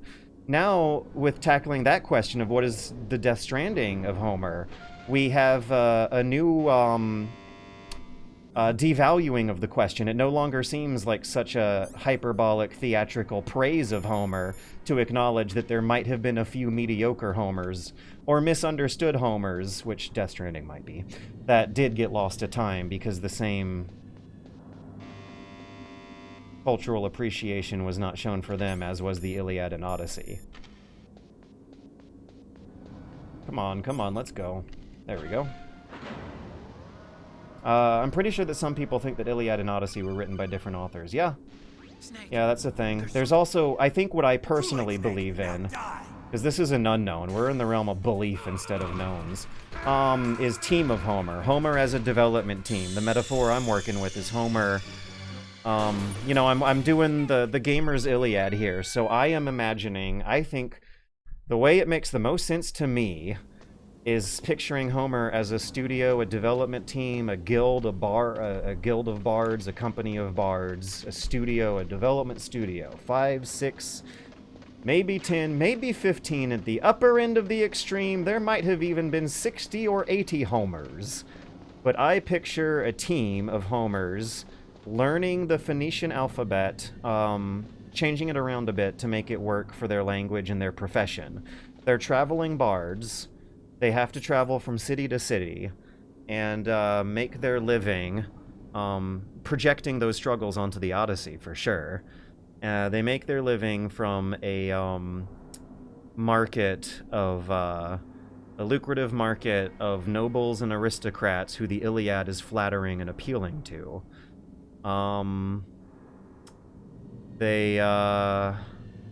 They are using writing kind of like a professional trade secret or a professional tool. They didn't grow up thinking of it as an artistic medium. They thought of it as a tool, and they're using it to make outlines for very long, complicated stories, far bigger and more complicated than their contemporaries. Their audience is unaware of them using writing as a trade secret. They are extremely impressed, don't fully know what's going on. Writing becomes popular partially, but not dedicatedly or exclusively for the purposes of recording Homer within an ever-expanding circle of the bards themselves, their competition, their contemporaries, those inspired by them, as well as those doing related jobs like scribbles, scribble types, bean counters, bureaucrats tracking objects with words who need to do writing. Yeah, that's the vision I have for explaining an answer to the Homeric question. Because the team were marketing themselves as Homers, the audience would transcribe the stories down and pass them around. They might have even been sneaky about it, like a bootleg or recording. One interesting thing is that the texts of the Iliad and the Odyssey include errors that the bards might have been saying and not noticing. Some little continuity or contextual errors where the story doesn't perfectly match up with what's coming out of their mouth. It would seem weird for a novelist to record that, but not weird for someone in the audience or in the room of a bard improvising a story and transcribing it as it's coming out to record that. And what's remarkable is that those tiny little errors that were coming out of the improvised lips of a performer from 2,000 years ago made it into the handwritten medieval manuscript of a monk from the medieval times in year 1000 who recorded that error for posterity so that analytical scriptural linguists could help us come up with some satisfying answers to the Homeric question that had been fascinating the human psyche since this was recorded 3,000 years ago when the very first people who noticed those errors noticed it. There you go. That is a consensus. I don't want to say the consensus. The hypothesis, rather. They might find more evidence that'll contradict that one, but I think that's the... As explained by Caroline Alexander in the intro of her translation of the Iliad. That's the current vision for what the Homeric question would look like. So yeah, think of it as this team. There might have even been one auteur, creative genius, drama queen who is constantly coming up with weird ideas and demanding perfection, like a Kojima on this team, who might be roughly analogous to the Homer. But I think the current consensus is more closely leaning to at least there being some kind of concept of multiple Homers, a team of Homers, a studio of Homers, a guild of Homers. Whoever made chess has to be high on the Homeric rankings. Oh yeah, for sure. Another fascinating thing to dig into that is that that's an Asian tradition, not a European one. It comes from India. The game design chronology for Western battle game development ends with Petrunculi, and then picks back up with variants on chess. Ah, I tried to time it up perfectly. Yeah, we have one breakthrough here. At least one person has now finally fully, I think, connected enough of these dots to agree with me. Virtua Maze, I see you. You just said, wow, comma, then he really is the Homer of video games. Yeah. Yeah, I am currently experiencing the euphoric artistic rapture of fully believing in this moment, at least, that, wow, yes, he really is. I get it now. He really is the genius Kojumbo. Strand-type poem. I'm pretty sure some people think that Iliad and Odyssey were written by different authors. Yeah, we have worked our way through that one. It is an interesting question if Kojima's games were remembered, if they do get remembered for 2,000 years, which games would still be lost to time and which ones would remember? I absolutely do not think people will remember Metal Gear Acid over the years. And I'm sorry, but Metal Gear Ghost Babel I don't think will be remembered for 2,000 years. And I personally feel a kind of panic that hurts and stings to think that people may not remember Metal Gear 2 2,000 years from now. I do think it's possible, and it feels great to think and believe, that people might remember Metal Gear Solid 1 through 3 for 2,000 years. Yeah, visualizing what 2,000 years from now looks like is going to be very, very tough for anyone, anywhere, doing anything, because of how unprecedented the like the exponential curve for unprecedented problems is increasing as the centuries go on and on and on. Because the data preservation methods we have right now could either have people in the 2000s living in with a very different understanding of the past, where they are still have living copies of old media that they could look up in a flash. They might not regard a 2,000-year-old poem with such reverence and respect that we do now, if a continuity of electronic data preservation is maintained. If that is not, however, there's going to be a digital dark age where a lot of the best digital media from the turn of the millennium will get lost until the following generations figure out a better, more permanent method for super long-term storage. Super duper long-term, if we're thinking 2,000 years. Because the reason that the Iliad made it that long is through handwritten paper. And there sure is going to be a hell of a lot of handwritten paperwork surviving. But you cannot play Metal Gear Solid through a handwritten paperwork system. You can do it with other games, but video games themselves require the complicated decoding algorithms that do have a less guaranteed future in the extreme long term. Yeah, I don't know. I don't know how confident I feel about thinking whether or not people will remember Metal Gear Solid spin-offs 2,000 years from now. I do think even with a cataclysmic, apocalyptic, nuclear war type event, there will at least be the memory and history. Enough has been stamped down into stone. Millions upon millions of newspapers and magazines have been printed out and will get found in some garbage dump thousands of years from now, referencing how much people for the past 30 years have cared about Metal Gear Solid. I think that's another important thing to bring up, is that we're almost proving a one-generation-long test of time for Metal Gear Solid. It is hard to say whether or not people will remember Metal Gear Solid 2,000 years from now. I don't think it's hard to say that they'll remember it 100 years from now. For sure, absolutely.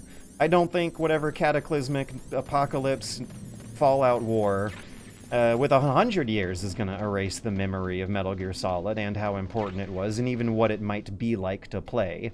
Though the technology might not be around in 100 years. I think a good picture of it, videos will be important for preserving games long term. If you're able to demonstrate with video to someone what the system looks like and what kind of feelings it was supposed to make the audience feel. I don't need to go down there, there's nothing useful down there, I need to go to the elevator and kill these guys without taking damage. Done it before, I can do it again. Will Metal Gear survive 2,000 years from now? I doubt it. I think Metal Gear Solid 1 and 3 might land in a similar Homer situation, but it breaks my heart to think that they won't be as thoroughly remembered. They're too kitschy, too campy, too commercial, too much similar things like them, and probably something that people might be better suited for the super long-term preservation. But more importantly is that the machines to decode the electronic impulses printed on a piece of metal is the big ticker. A video explaining what it feels like to play Metal Gear Solid is never fully gonna give people 2,000 years from now what's that like. Oh boy. Yeah. I'm glad I was here to witness this moment. What did you witness, Grunchausley? I wonder how long a floppy disk. Most people have already forgotten Survive. Take reassurance, though, that Metal Gear Solid is 30 years old and it still feels like I'm learning something new every time. That's the kind of test that Homer passes that other things don't. I think that's the kind of test that, like, literature versus basic ordinary story is designed to pass. Is if you can go through the story over and over again for 30 years and still spot something new going on with the character's psychology, or what it had to say about the real world of its time, or what it did to the real world after its time. Body armor, stun grenades for later, martial arts for now. Okay. Yeah! In 100 years, a team of coders will be reconstructing Metal Gear Solid on contemporary software. Yeah, definitely, for sure. That's easy to visualize. Harder to visualize if a team of coders can do that 1,000 years from now with whatever the computer-style data machines are going to be looking like 1,000 years from now.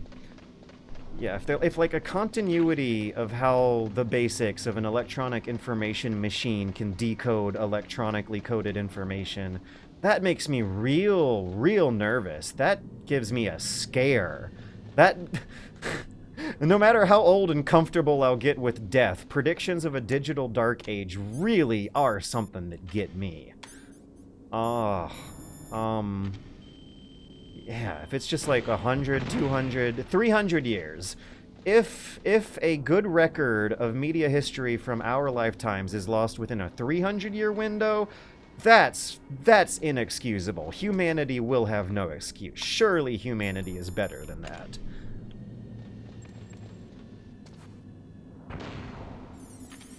I mean, there's stuff like DOSBox now. Our software has gone increasingly containerized. There's a possibility it will be preserved. Yeah, it'll be an emulator. You'll be playing a Metal Gear Solid emulator on your 100 year from now mind computer that you interface with psychologically through the air, or however it'll work. Yeah, you'll think you'll think about you'll download the Metal Gear Solid software and start fooling your brain, your nervous system into experiencing the impulses of what it's like experiencing the body interacting with the PlayStation. That'll be their version of emulation in the future. That'll be wacky. Brain jack into Duck Station. Don't wake me up. I'm dreaming a vividly realistic dream of playing Metal Gear Solid for the next couple hours. A digital dark age could easily be permanent. Don't fucking say it. Don't jinx it. The fun thing is we've mind exploited all the easily sort. Don't say it. We've all the surface colon. Don't. No. Stop. Dream in polygons. No. You gotta. You gotta trick yourself. You'll go crazy.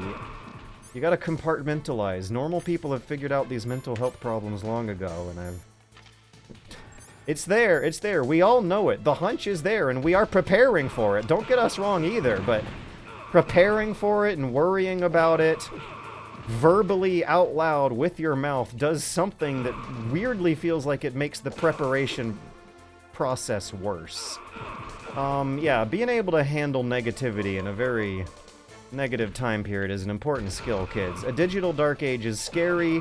There are possibilities and solutions. Let's focus on those instead of why it's scary, because everyone kind of knows.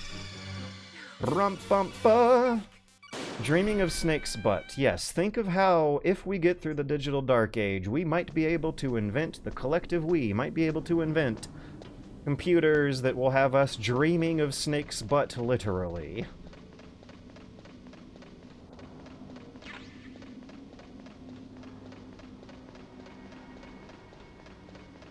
I'm getting a little tired of blowing past these guns without a more cinematic narratizing style coming through my brain and out my mouth. Yeah, new challenge. I'm gonna be playing Metal Gear Solid 3 with original camera angles only, while improvising a narration style as an imagined, not a lot of experienced, personally experienced with film crew. I've been on maybe 2 shoots of, local mediocre, no-budget indie movies in my entire life, so I don't know if I have a full picture of what it looks like, but I will have a blast playing through Metal Gear Solid 3 thinking out loud like that. This is a random question, but with all this talk of preservation stories, did you read Canticle for Leibowitz? Nope. Don't know what that is. What is that?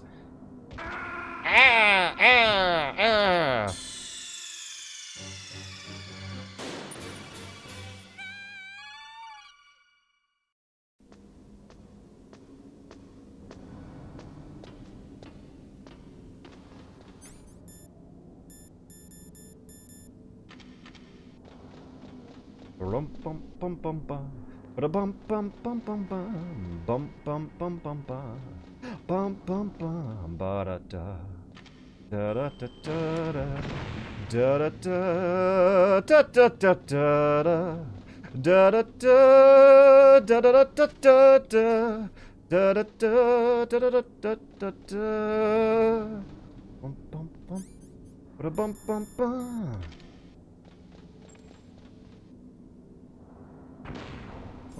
I hope someone works out how to make crystal storage make sense. Is that the idea? To have long-term, ultra-long-term computer storage look like a crystal rock instead of a stack of delicate little moving parts that slowly degrade over time and certainly can't take earthquake and fire damage? Crystal storage? Never heard of that one. That sounds pretty 1960s science fiction superhero movie. Do you notice a huge difference in the style of writing in the first 3 games, which had co-writer Fukushima, Tokodama versus the following sequels? Yes, I do. The conversation that question is really wanting to start is whether or not Fukushima can be credited. And I think the answer is yes.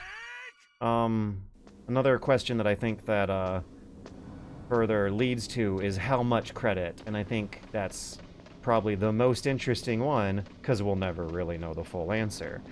Question that I think shows some more interesting angles of that is whether or not that style, the difference in style, it's pretty, I think, easy to see the implication of the question is the implied higher quality in style. Is more due to Kojima being in an earlier part in his career where the burnout hasn't hit yet. The longer the auteur career, the longer the creative career goes on, you do generally expect and see it as a well-known professional phenomenon that you can't keep all that youthful energy going forever. So that's something to consider alongside the presence of a co-writer, and the career being at a state where the co-writer's input might be less frustrating to deal with after the head writer had gained such a reputation. Yeah, these frustrations are there. They're a real part of the thing. I think after going through American Movie and Northrop Frye and singing lessons and doing live performances of some kind of art,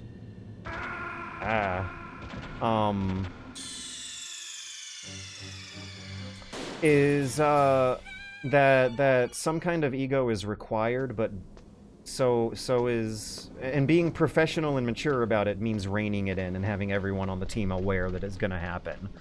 And that's where I want to believe Kojima serves as some kind of exemplar. The drama queen auteur who still will give credit where it's due and resign themselves and have the self-control to cut out their stupider ideas. Be aware that some of those ideas are going to be brilliant, and they should embrace them and not fight some of them. But that some of them are not going to be good, and they should fight them, and Kojima should concede. The longer Kojima's career goes on, the more I think you see an uncomfortable handling of that going on. Thing is Death Stranding is still kind of sort of in an earlier part in its critical reception, where more complete, personal, intimate, longer-term interpretations have yet to come out. I do recall my review on launch being one of the first that was positive, and gave it the benefit of the doubt, and looked at the game from an angle others had not yet had the time, I think, to consider. Now that it's been a few years, I'm seeing more people come to a similar reversal. So the implications of that question are raising a few eyebrows, and triggering some more complicated and unsatisfactory answers than I think you were expecting. Where does streaming rank on your list of performance art? It's there. It's absolutely there. I feel it. I feel the performance pressure, and I also feel the performance euphoria, and I also feel, sometimes the subconscious activity of playing the game melts into the background, and other times it doesn't, and that's when you hear my speaking stop. Sometimes the act of speaking melts into the subconscious, into the background, and I don't notice it, and that's when you hear me go on and on and on and maybe kind of screw up the motions of the game. When I began in the 2010s, Let's Players, YouTubers, and streamers were always talking about how when you're trying to talk and narratize out loud while playing a game, it makes you worse at the game. And you actually have to develop a sort of secondary skill of talking at the same time as playing. I now think that's a pretty similar phenomenon to learning a performance art skill. You're learning how to improvise a thing with your hands and talk at the same time with your mouth, and learning how the two of those threads in your brain can... The branches can start pulling... those fingers can start pulling towards very different directions while maintaining the continuity. And that's a similar rush and flow state that public performers will get into when dancing publicly and singing publicly and performing sports publicly. Sports is the closest metaphor, and the one they were using 10 years ago. Yeah, when talking about legal issues related to stream, the metaphor that Total Biscuit was using was that streaming was like sports commentating. You have a live color commentary commentating on the gameplay of the sport, and sometimes the person doing the commentating... Hey, I remember... the metaphor Total Biscuit used was a commentator for a sports game, and so often in sports world, the commentators will be former players and former coaches. People who have years of experience with hopefully a successful career in the sport itself, who both know it inside and out, and how to sell an exciting performance to the public about it. So, a video game player taking that metaphorical role of the commentator in a sports broadcast, who knows the game systems and how to explain them in an exciting way to viewers that really sells the exciting play-by-play of the game, and what is exciting about the sudden moment of the sports ball getting fumbled, and how a frame-by-frame millisecond sequence of instinctive, pure reaction will either save the day or ruin the next few hours of your life. Sports was the metaphor. Sports was the metaphor that was used before. What do I do to get this started? Do I go to the button? Yes, I do. I press the button. So streaming ranks on my list of performance art. I never had a personal meter for my list of performance art. It's on the list. I just don't know how big the list is and how many other things are on the list. But yes, streaming is somewhere on the list. Goth girl, big titty streamers are doing performance art. Speedrunners at Games Done Quick are doing performance art. Streaming is a form of performance art. I have a friend who I met at a game developer conference named Alistair Atchinson, who you guys should check out. Go look up Alistair Atchinson and his improvisational Shakespearean storytelling art streams, and you'll see what I'm talking about. And also video games are performance art. The player is performing a script, and how well or bad they do with their performance and how fun the actor, the coach, and the player are having learning the script are all good metaphors for thinking about how players interact with games, with comparisons to other mediums. When I was a kid, the metaphor was movies.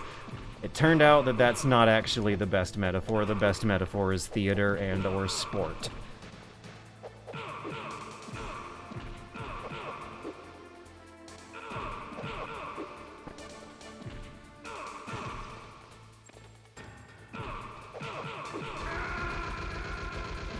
Mukbangs are number 1 on my list. Finally, someone recognized hot tub streamers as artists.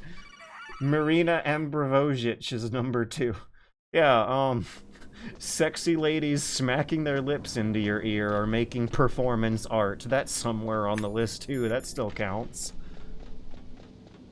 Kojima didn't write as much for 4, Peace Walker, and V. I think that's the reason why. Along with the other dev team, the dev team, doubling with each game, with Peace Walker being the exception, so did the writing staff. Yeah. I think you can see that. One thing that was very painful to experience was how I wanted the radio conversations in Peace Walker just get over and get done with and skip them.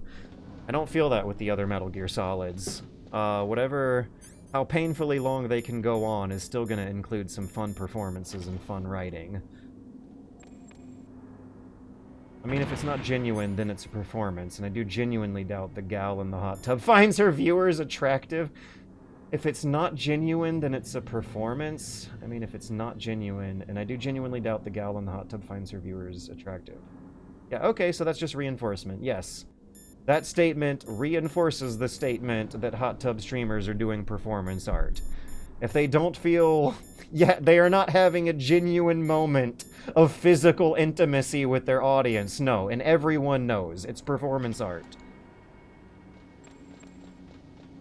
Or at least everyone hopefully knows.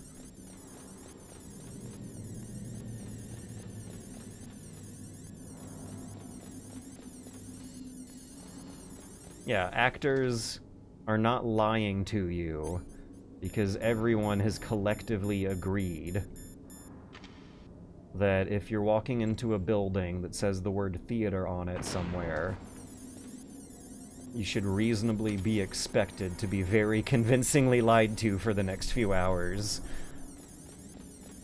Hence performance art. If it's not genuine, they're performing. Yeah.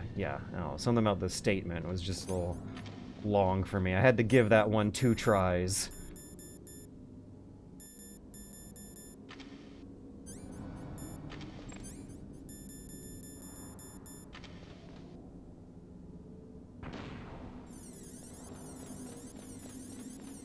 You can use laser to make pits inside of a crystal that you scan, but I don't think anyone's ever figured out how to read it in any reasonable speed.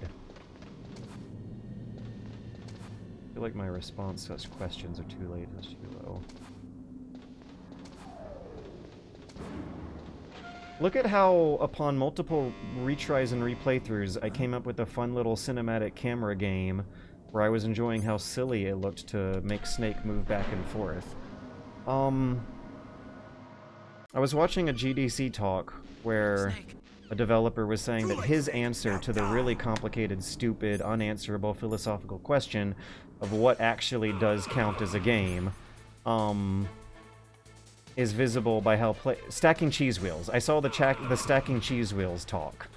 Running a character back and forth across a camera angle that makes it look funny feels like a stacking cheese wheels kind of play, where I just made my own fun out of a subtle system that looked really silly and would not have been accomplishable in another medium.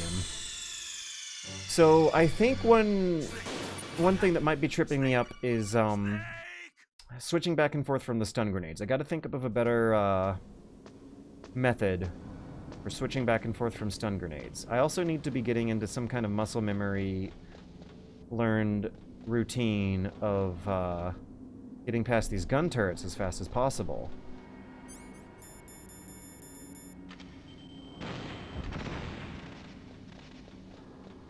I love how crouching next to any dead body gives you a couple unique camera angles, really gets you feeling like a director. Yes! Yes, it does. More specifically because as a video game player who is accustomed yourself to the feeling of what the controller buttons do to the camera, it's a little jarring to suddenly crouch and see the angle change that much, which almost forces the question, and this is what people who have taken film class will constantly be asking themselves when watching movies, like Kojima will be doing when watching movies, is, what did they mean by this shot? When you are crouching next to a dead body boss in Metal Gear Solid and the camera suddenly breaks rules you have gotten used to, it forces players to ask themselves, what did they mean with this shot? It's good, just good game design. Legendary game design genius Kojumbo did it again.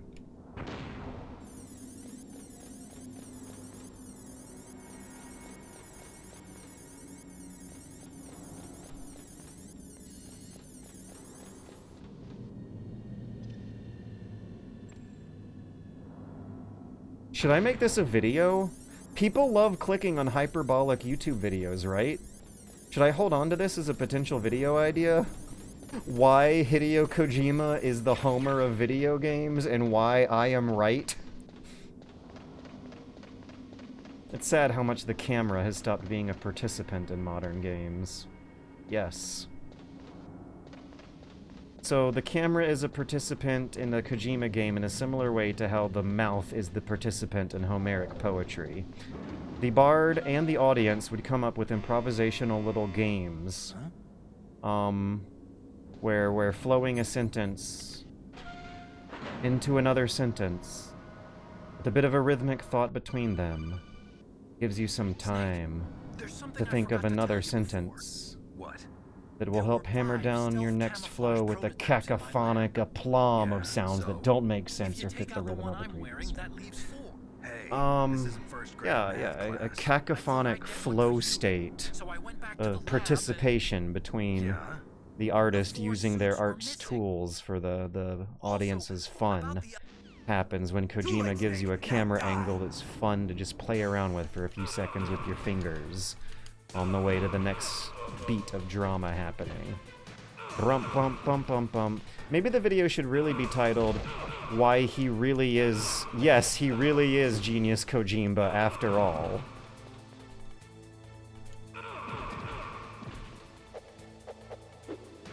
Because, one of the lessons of breaking out of the depressive creative spiral is that I can indeed make several hours of good work out of my borderline special interest in Homer and relating Homer to video games.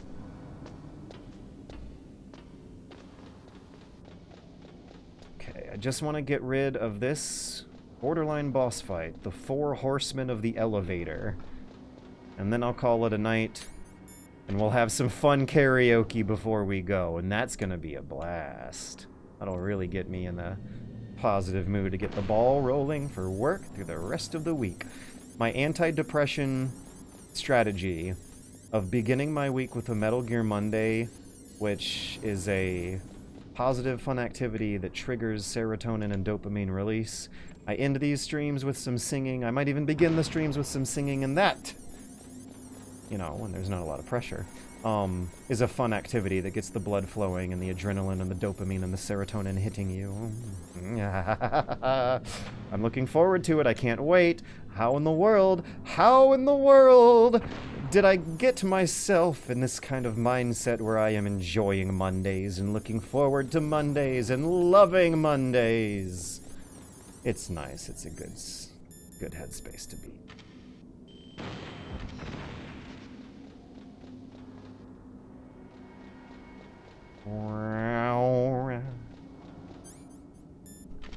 So I need to play it a little safer with when I take a minute to throw a stun grenade out. Barring that, I think I can get these guys looped in an infinite chain of tackles, and it's just an endurance test. They'll eventually die from unconsciousness. Funny statement.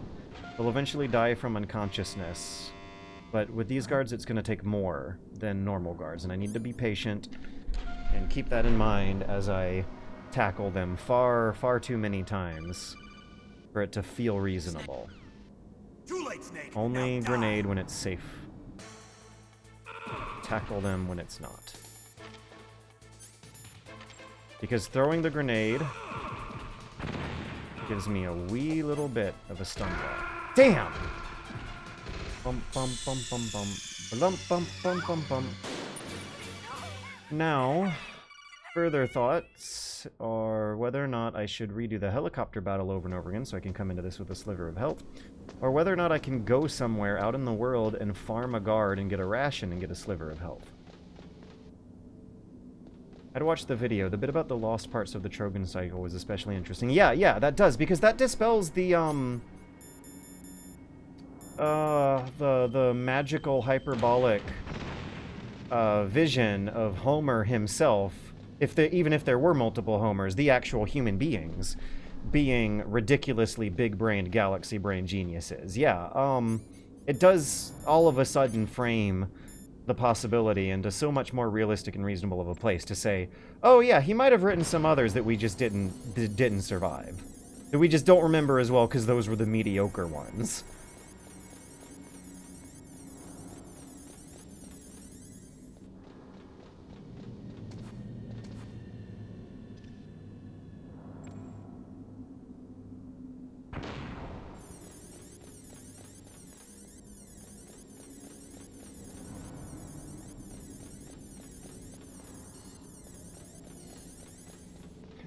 I think another thing I want to be focusing on is that as the dominant storytelling tradition of his time, the most lucrative, the most popular, the most accessible, the American Hollywood action movie,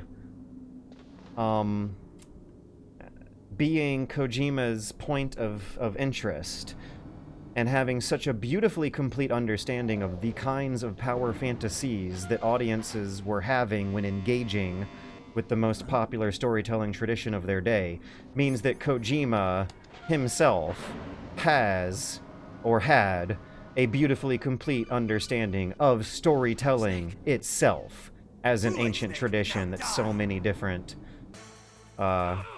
cultures and peoples and places have all mutually been engaging with. Because one thing that I do think I want to make clear is I am not explicitly saying that he ever read the Iliad or ever had any big personal interest in Homer. It is a different argument than that, and I'm wondering how to make that more clear. I'm not trying to say that he read the Iliad. He read Homer and was so inspired that he decided to make Metal Gear Solid an inspiration and never mentioned it. I'm saying that reading Homer can get us seeing the tropes and the archetypes and the formulas for what they are, why they are so effective, and why they have stuck around for so long, and how a beautifully complete understanding of them can hit various authors in various periods and various times without them really needing to be explicitly verbalizing it for themselves at that time. He did not need to have direct exposure or direct connection or direct influence from Homer.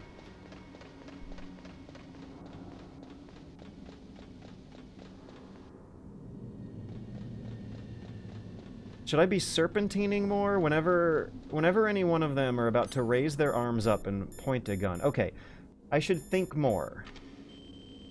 No, I should react more and think less. I should react more and think less. One of the thoughts I just need to keep juggling while I'm doing that is, don't pull the stun grenades out until they are all on the ground. Another thing I need to keep in mind is maybe slow down the speed of my reaction and get to thinking again once they are raising arms. If I see shoulders raised, that's when I might need to bring the menu up and think for a second about what I need to do. That might be the time when it's time to pull a stun grenade, is when shoulders are raised. All of these things are happening in a flash on a measure of frames, but there is a weirdly strategic nature to the thinking going on here as I go inside this elevator. I wonder how big Homer was versus the chariot races. Good question. How popular literature was against sports ball. They fed off of each other. It was a festival entertainment. The last chapter of the Iliad is actually pretty entertaining because it almost reads like an advertisement for the rest of the festival's attractions. The ancient Greeks would host a weekend-long, multiple-day-long, might not have had to been in the weekend, a multiple-day-long festival to Dionysius, the god of entertainment, poetry and wine-making and merrymaking. And the festivals would include sports alongside poetry readings. Poetry performances is the better word. They were treated like actors. They were kind of sort of celebrity figures in their own right. But the sports was considered part of the entertainment festival they did their work in. So Homer was competing with chariot races that were a similarly, if not bigger, draw. It is easy. I don't think there is a contradiction to it. If you were having a vision of an educated elite, a smaller educated elite, feeling very, very proud of themselves for being the few who enjoy the Homer performances, while the masses of dumb jocks were watching the chariot races and the wrestling. Yeah, I think that is an easy vision to apply to the setting. Although the ideal was to be good at both sports and art. And the Homeric heroes are based on that ideal. You're supposed to have big brains and big brawn. Their version of idealism didn't think of there being some kind of sacrifice, like I think those trying to look for idealism and exempla nowadays might be thinking of when picking their heroes. So, the competition in audience and view count between the athletes and the artists would have been thought of differently. It was there, but it would have been thought of as differently. It might have been more the ideal that the perfect celebrity was one who could do both, instead of one being ridiculously over-the-top, superhumanly talented at just one or the other. Maybe Homer was also regarded as a star athlete, and that and that's a part of Homeric history that has been lost. Games are easily bigger than movies right now, though, right? It's hard to say. I believe they pull in more money, and the grand total of the amount of human beings working on them in some kind of art culture factory is higher.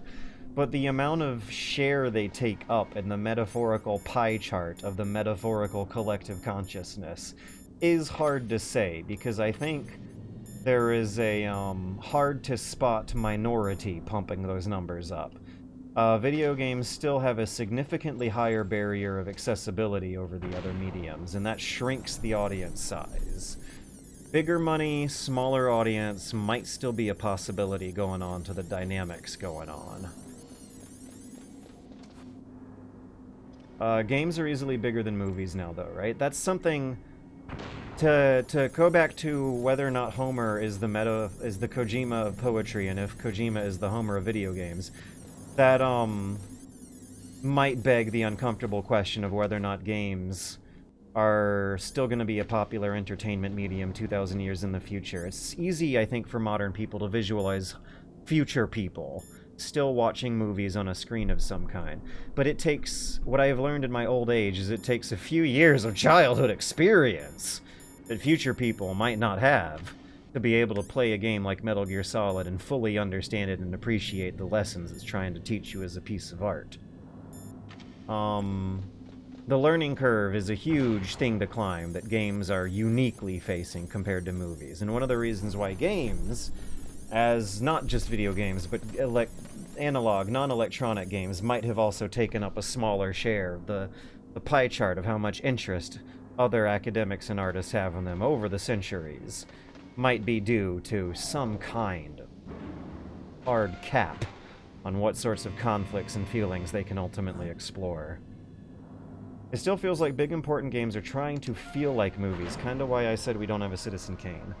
I think we have slowly worked our way out of that mindset. It is tough, and they're still dabbling with it, but I think I have seen over the 30 years less of an interest in that being the ideal than there being some kind of more complicated ideal in mind for what the perfect video game story looks like versus just being a movie you control. And that more game developers are aware of a longer history that extends back before electricity. Yeah, you never really saw literature professors include the ancient Roman Greek war battle game Petrunculi as an example for how that culture would be relating the human construction of war and how it relates to the human condition in the same way they will with the Iliad. And yet, some of that the language of the game design is still saying similar messages. In the game of Petrunculi, 2 pieces, you want to get all the other pieces off the board and take their space on the board.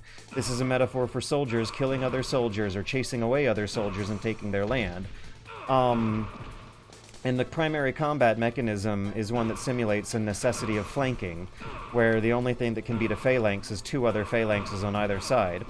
In a video game, in a board game like Petrunculi, that uses that kind of depiction of combat for its rules, you can learn a lot about how its culture understood how combat works on the battlefield in real life.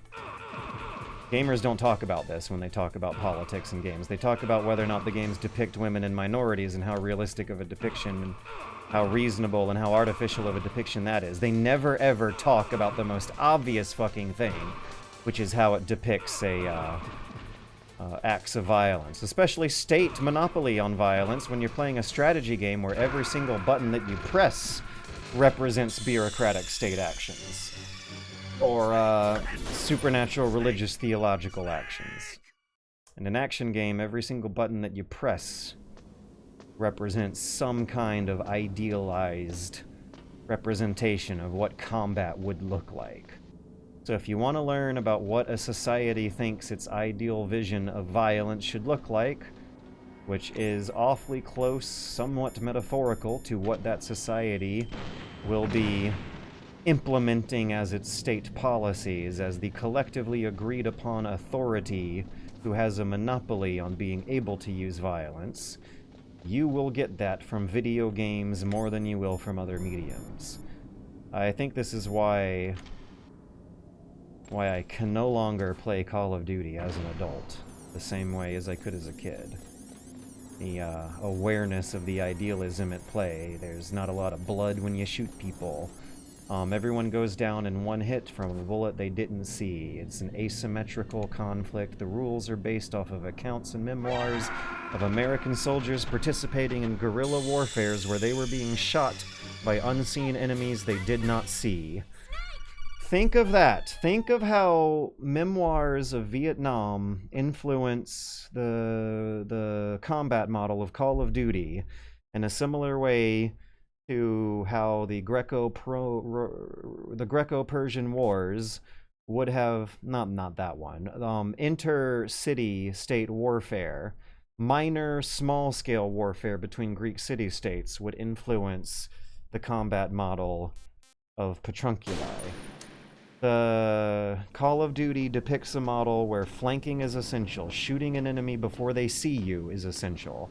Seeing an enemy means killing an enemy. That vision of combat was influenced by guerrilla, a collective experience with fighting a guerrilla war as an attacker against a defender hiding behind heavy optical cover. To be fair, not all games are as propagandistic as God. This isn't a propaganda thing. Propaganda. I mean, kind of. It's an idealism thing, but it's not. It's the propagandistic thing. This even comes out in Hunt Showdown. Like with how Hunt Showdown feels like a puzzle game sometimes, with how you're visualizing out maps of geometry in your head that look like pie slices. The rules that the soldiers develop about how combat works get incorporated in how game developers depict combat, and these are very political assumptions and decisions. And gamers don't talk about that when they talk about politics being in games. Metal Gear Solid, you can specifically so very vividly tell, is influenced by trying to strike a balance between that realism and the cinematic fantasy. It uses iconography and language from real military training. The pie slices are shown on a little diagram in the corner. The Soliton radar does kind of look like the iconography that war gamers military colonels and generals, when playing war gamers and taking a brief role as a war gamer, will actually use to demonstrate how line of sight combat works. But once you're actually playing it and interfacing it with the fingers, you're not thinking like realistic military war thoughts at all. You're thinking movie thoughts. You're thinking about putting together a fun action movie. Jacob Geller at least did a vid on every torture scene in COD. But yeah, the story is a different layer from the narrative, which is a different layer from the subjective experience, and a lot of parts of those layers are constantly changing based on the minutiae of the time. And interpretation, decades from now, is the version of the game being played decades from now will never be the same version of the game played in 1998. Snake, there's something I forgot to... Too late, Snake. Okay, Now body die. armor and grenades.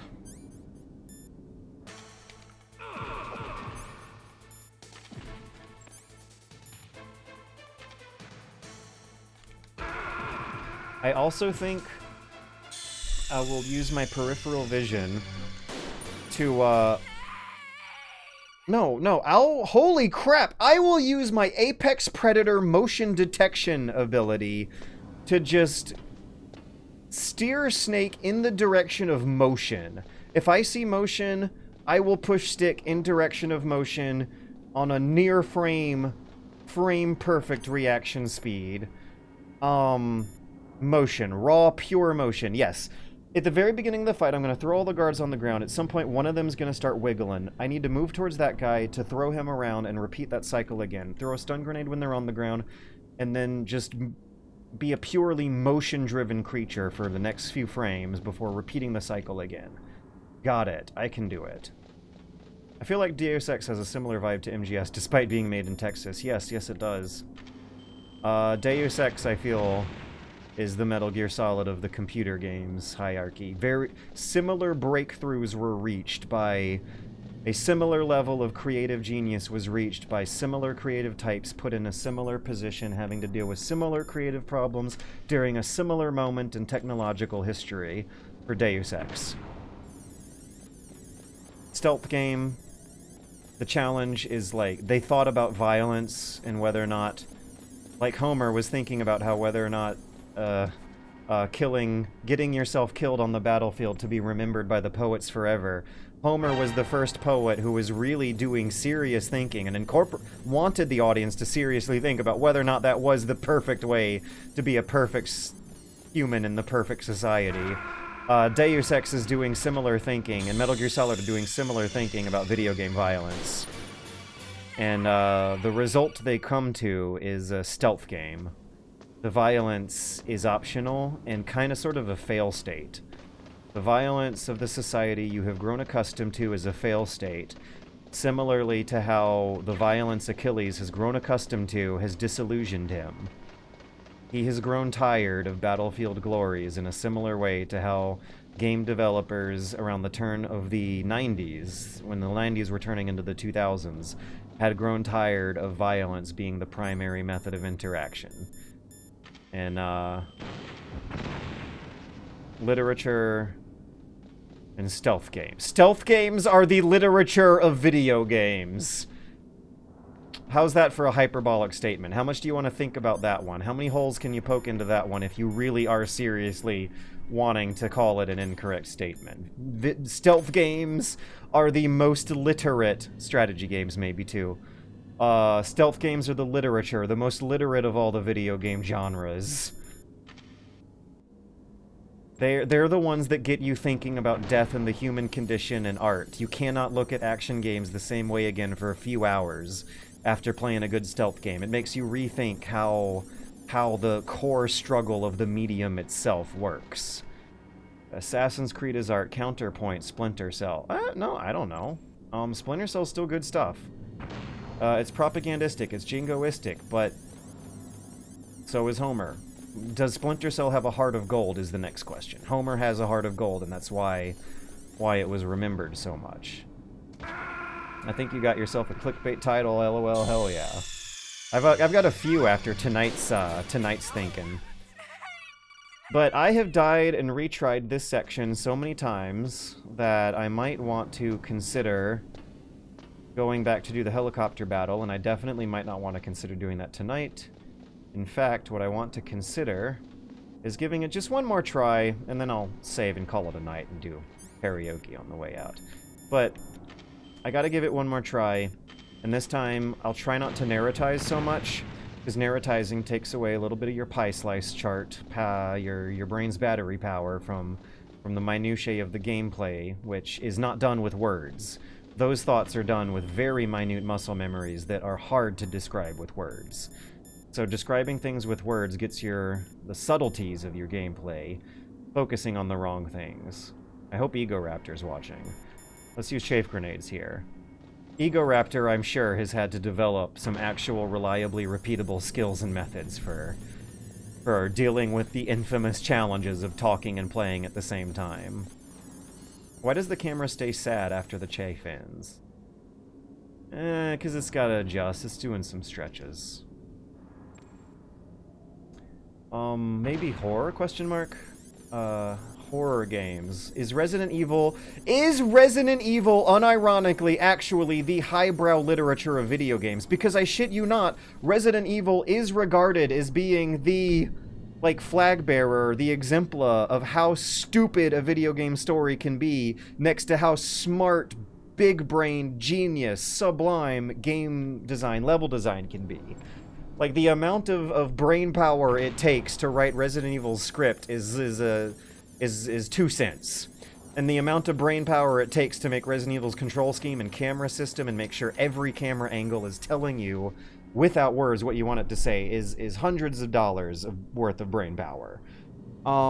Yeah, is Resident Evil the highbrow literature of video games? Especially because it takes a rethinking of storytelling traditions to reach that level of understanding and appreciating Resident Evil. You have to think of the story, the horror story itself, as being the comic relief of your horror story experience. The narrative of playing Resident Evil is one that includes how shocked you are and how you are at the edge of your seat before having moments of funny comic relief when the story cutscenes are playing.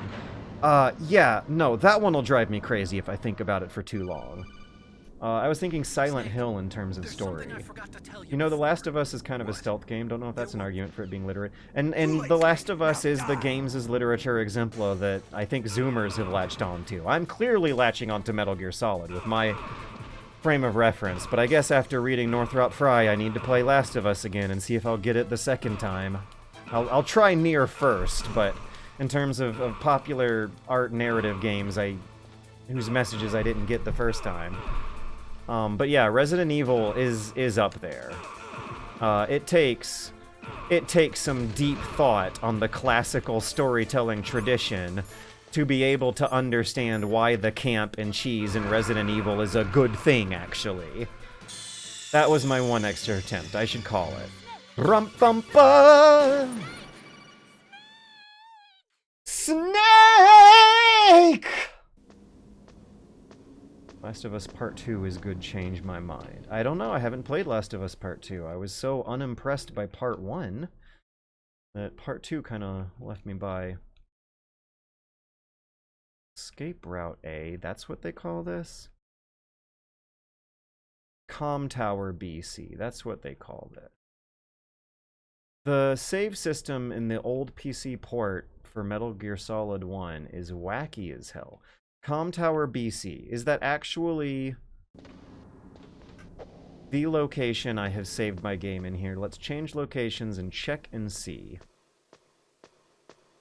I had a conversation earlier tonight about movies and TV. Sopranos is not meant to be comedy, but some episodes have an ironic humor. Yeah.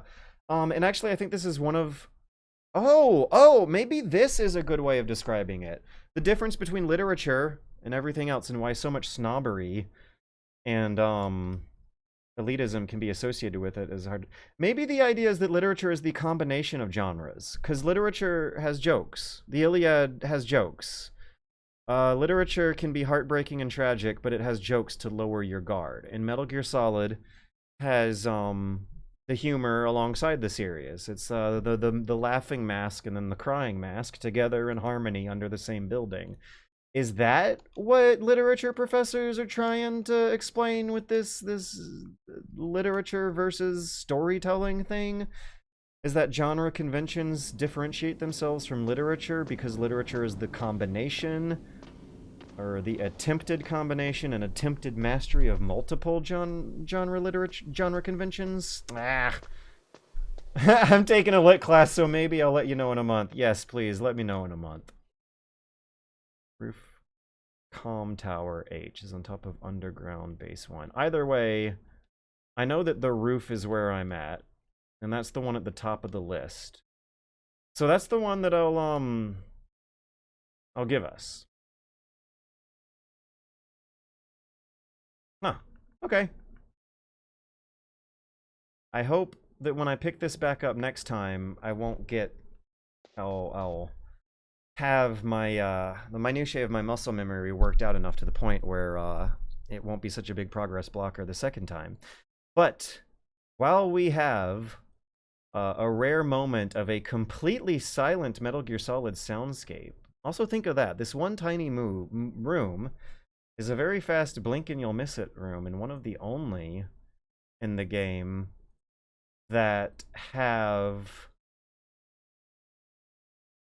no background music, nor wind noises or wolf noises, no howling wind, nor howling wolves. We have no sound at all.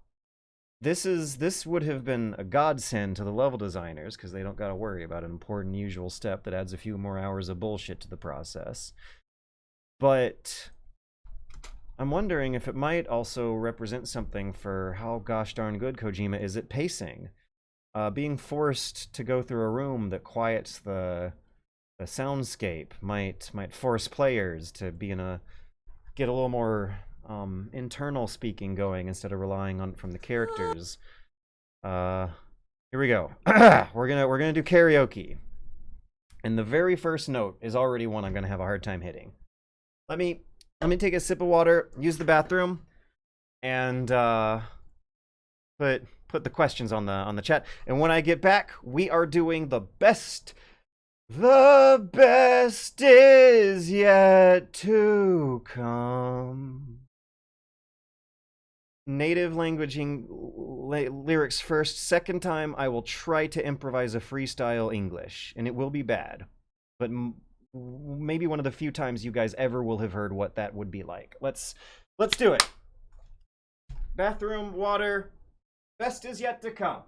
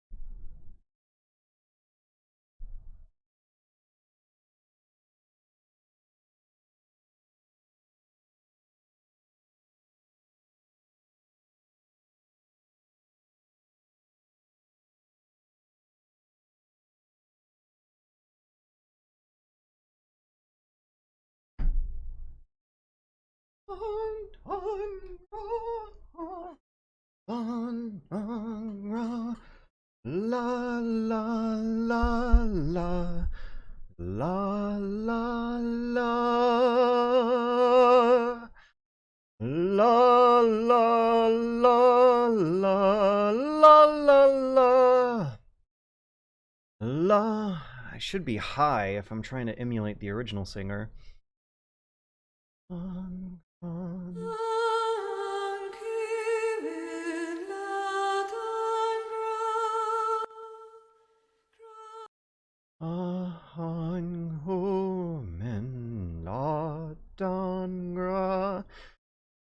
Even the English spelling is really weird. This is gonna be rough. This is gonna be bad. Don't think of this as anything like a serious attempt. This is fun. I'm having fun. Yeah. I need a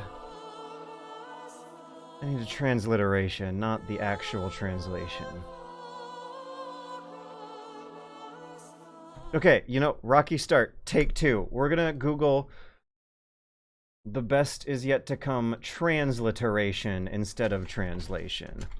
Literation. That's what the singer would have been using, actually, to be able to sing in a language they don't know how. Because, yeah, that was way off. The spelling was throwing me off. Her pronunciation not matching the spelling threw me way off. You could do soprano. If you force falsetto, it would be off or you might hurt yourself. White on green me. I'm absolutely not doing either or. Which one is soprano and which one is falsetto? Fat opera lady. The fat opera man. Yeah, I'm definitely doing the male one. What is this called? Because you're not supposed to do it. The singing lesson lady wants me to get out of the habits of breaking into that one whenever I'm trying to hit high pitch. And she's right. I sound way, way better when I'm doing high pitch without... It's either a falsetto or a soprano. I don't know which one of the O's it is. Soprano is using your deep. So... Falsetto! Yeah, that's not my real high. That's my false high. This. Something like this. Something like this. Stretch the neck out a bit more. Should be the falsetto. Donna Burke, best is yet to come. Let me hear for a few seconds how she does it. And maybe I can piece something together.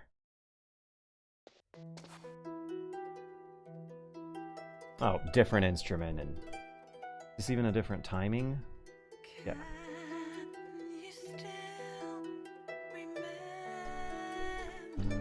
Burke. Best is yet to come.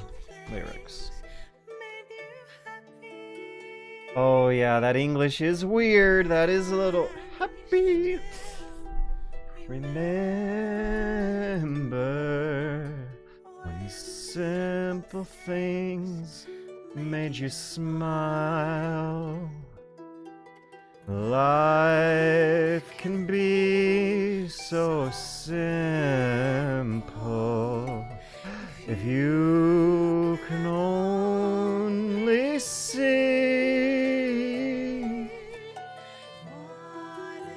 Oh, goosebumps. Oh, that did something. That really did something to me. Once I was really in sync with her, I felt high as hell. I want to feel that again! Those days, whatever happened to those nights? Can you still remember?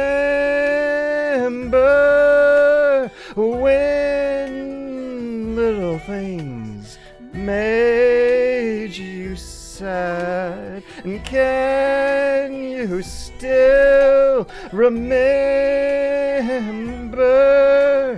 when simple things made you sad? Is it just me, or is it just us feeling lost in the world, in this world? Why do we have to cause this pain? Why do we have to weep tears? Please.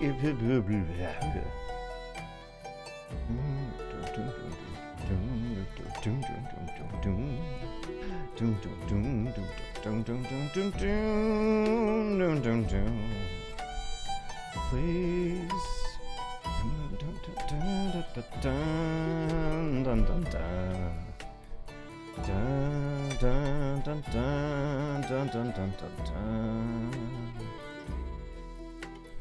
Please tell me we're not alone in this world, fighting the wind. Life can be, it only see the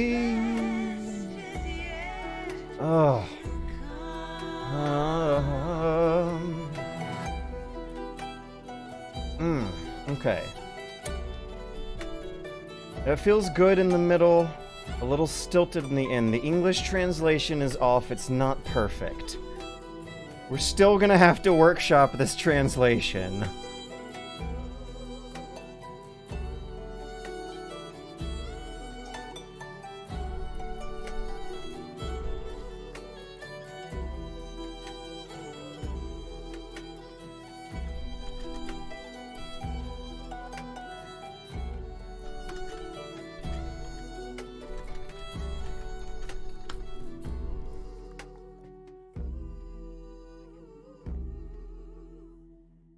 Singing badly is like the most fun I have ever had in my life, maybe since discovering video games for the first time. I shit you not. There is some real powerful, life-changingly powerful positive energy that I'm tapping into here.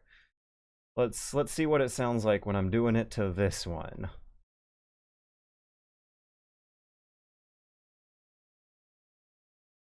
Can you still remember her when little things made you happy? Can you still remember when simple things made you smile? Life can be so simple.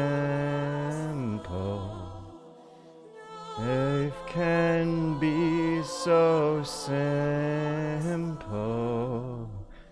If you can only see whatever happened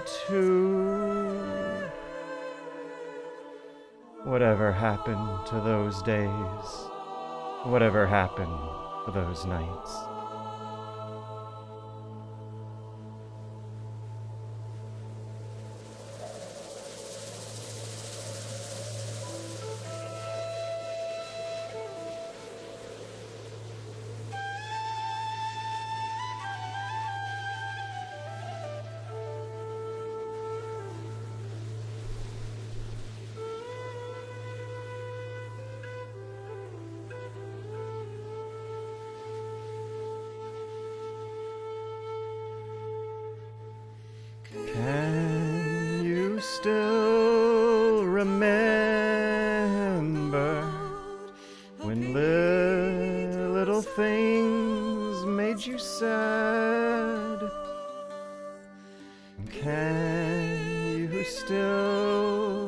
remember when simple things made you sad? Is it just me? Or is it just us feeling lost in the world? Why do we have to cause this pain? Why do we have to weep all these tears? Why do we have to cause all this pain? Please, please tell me that we're not alone, alone in this world, fighting the wind. And life can be so simple if you see, if you can see. Life can be so simple if you see. Life can be so simple if you can see that the best is yet to come.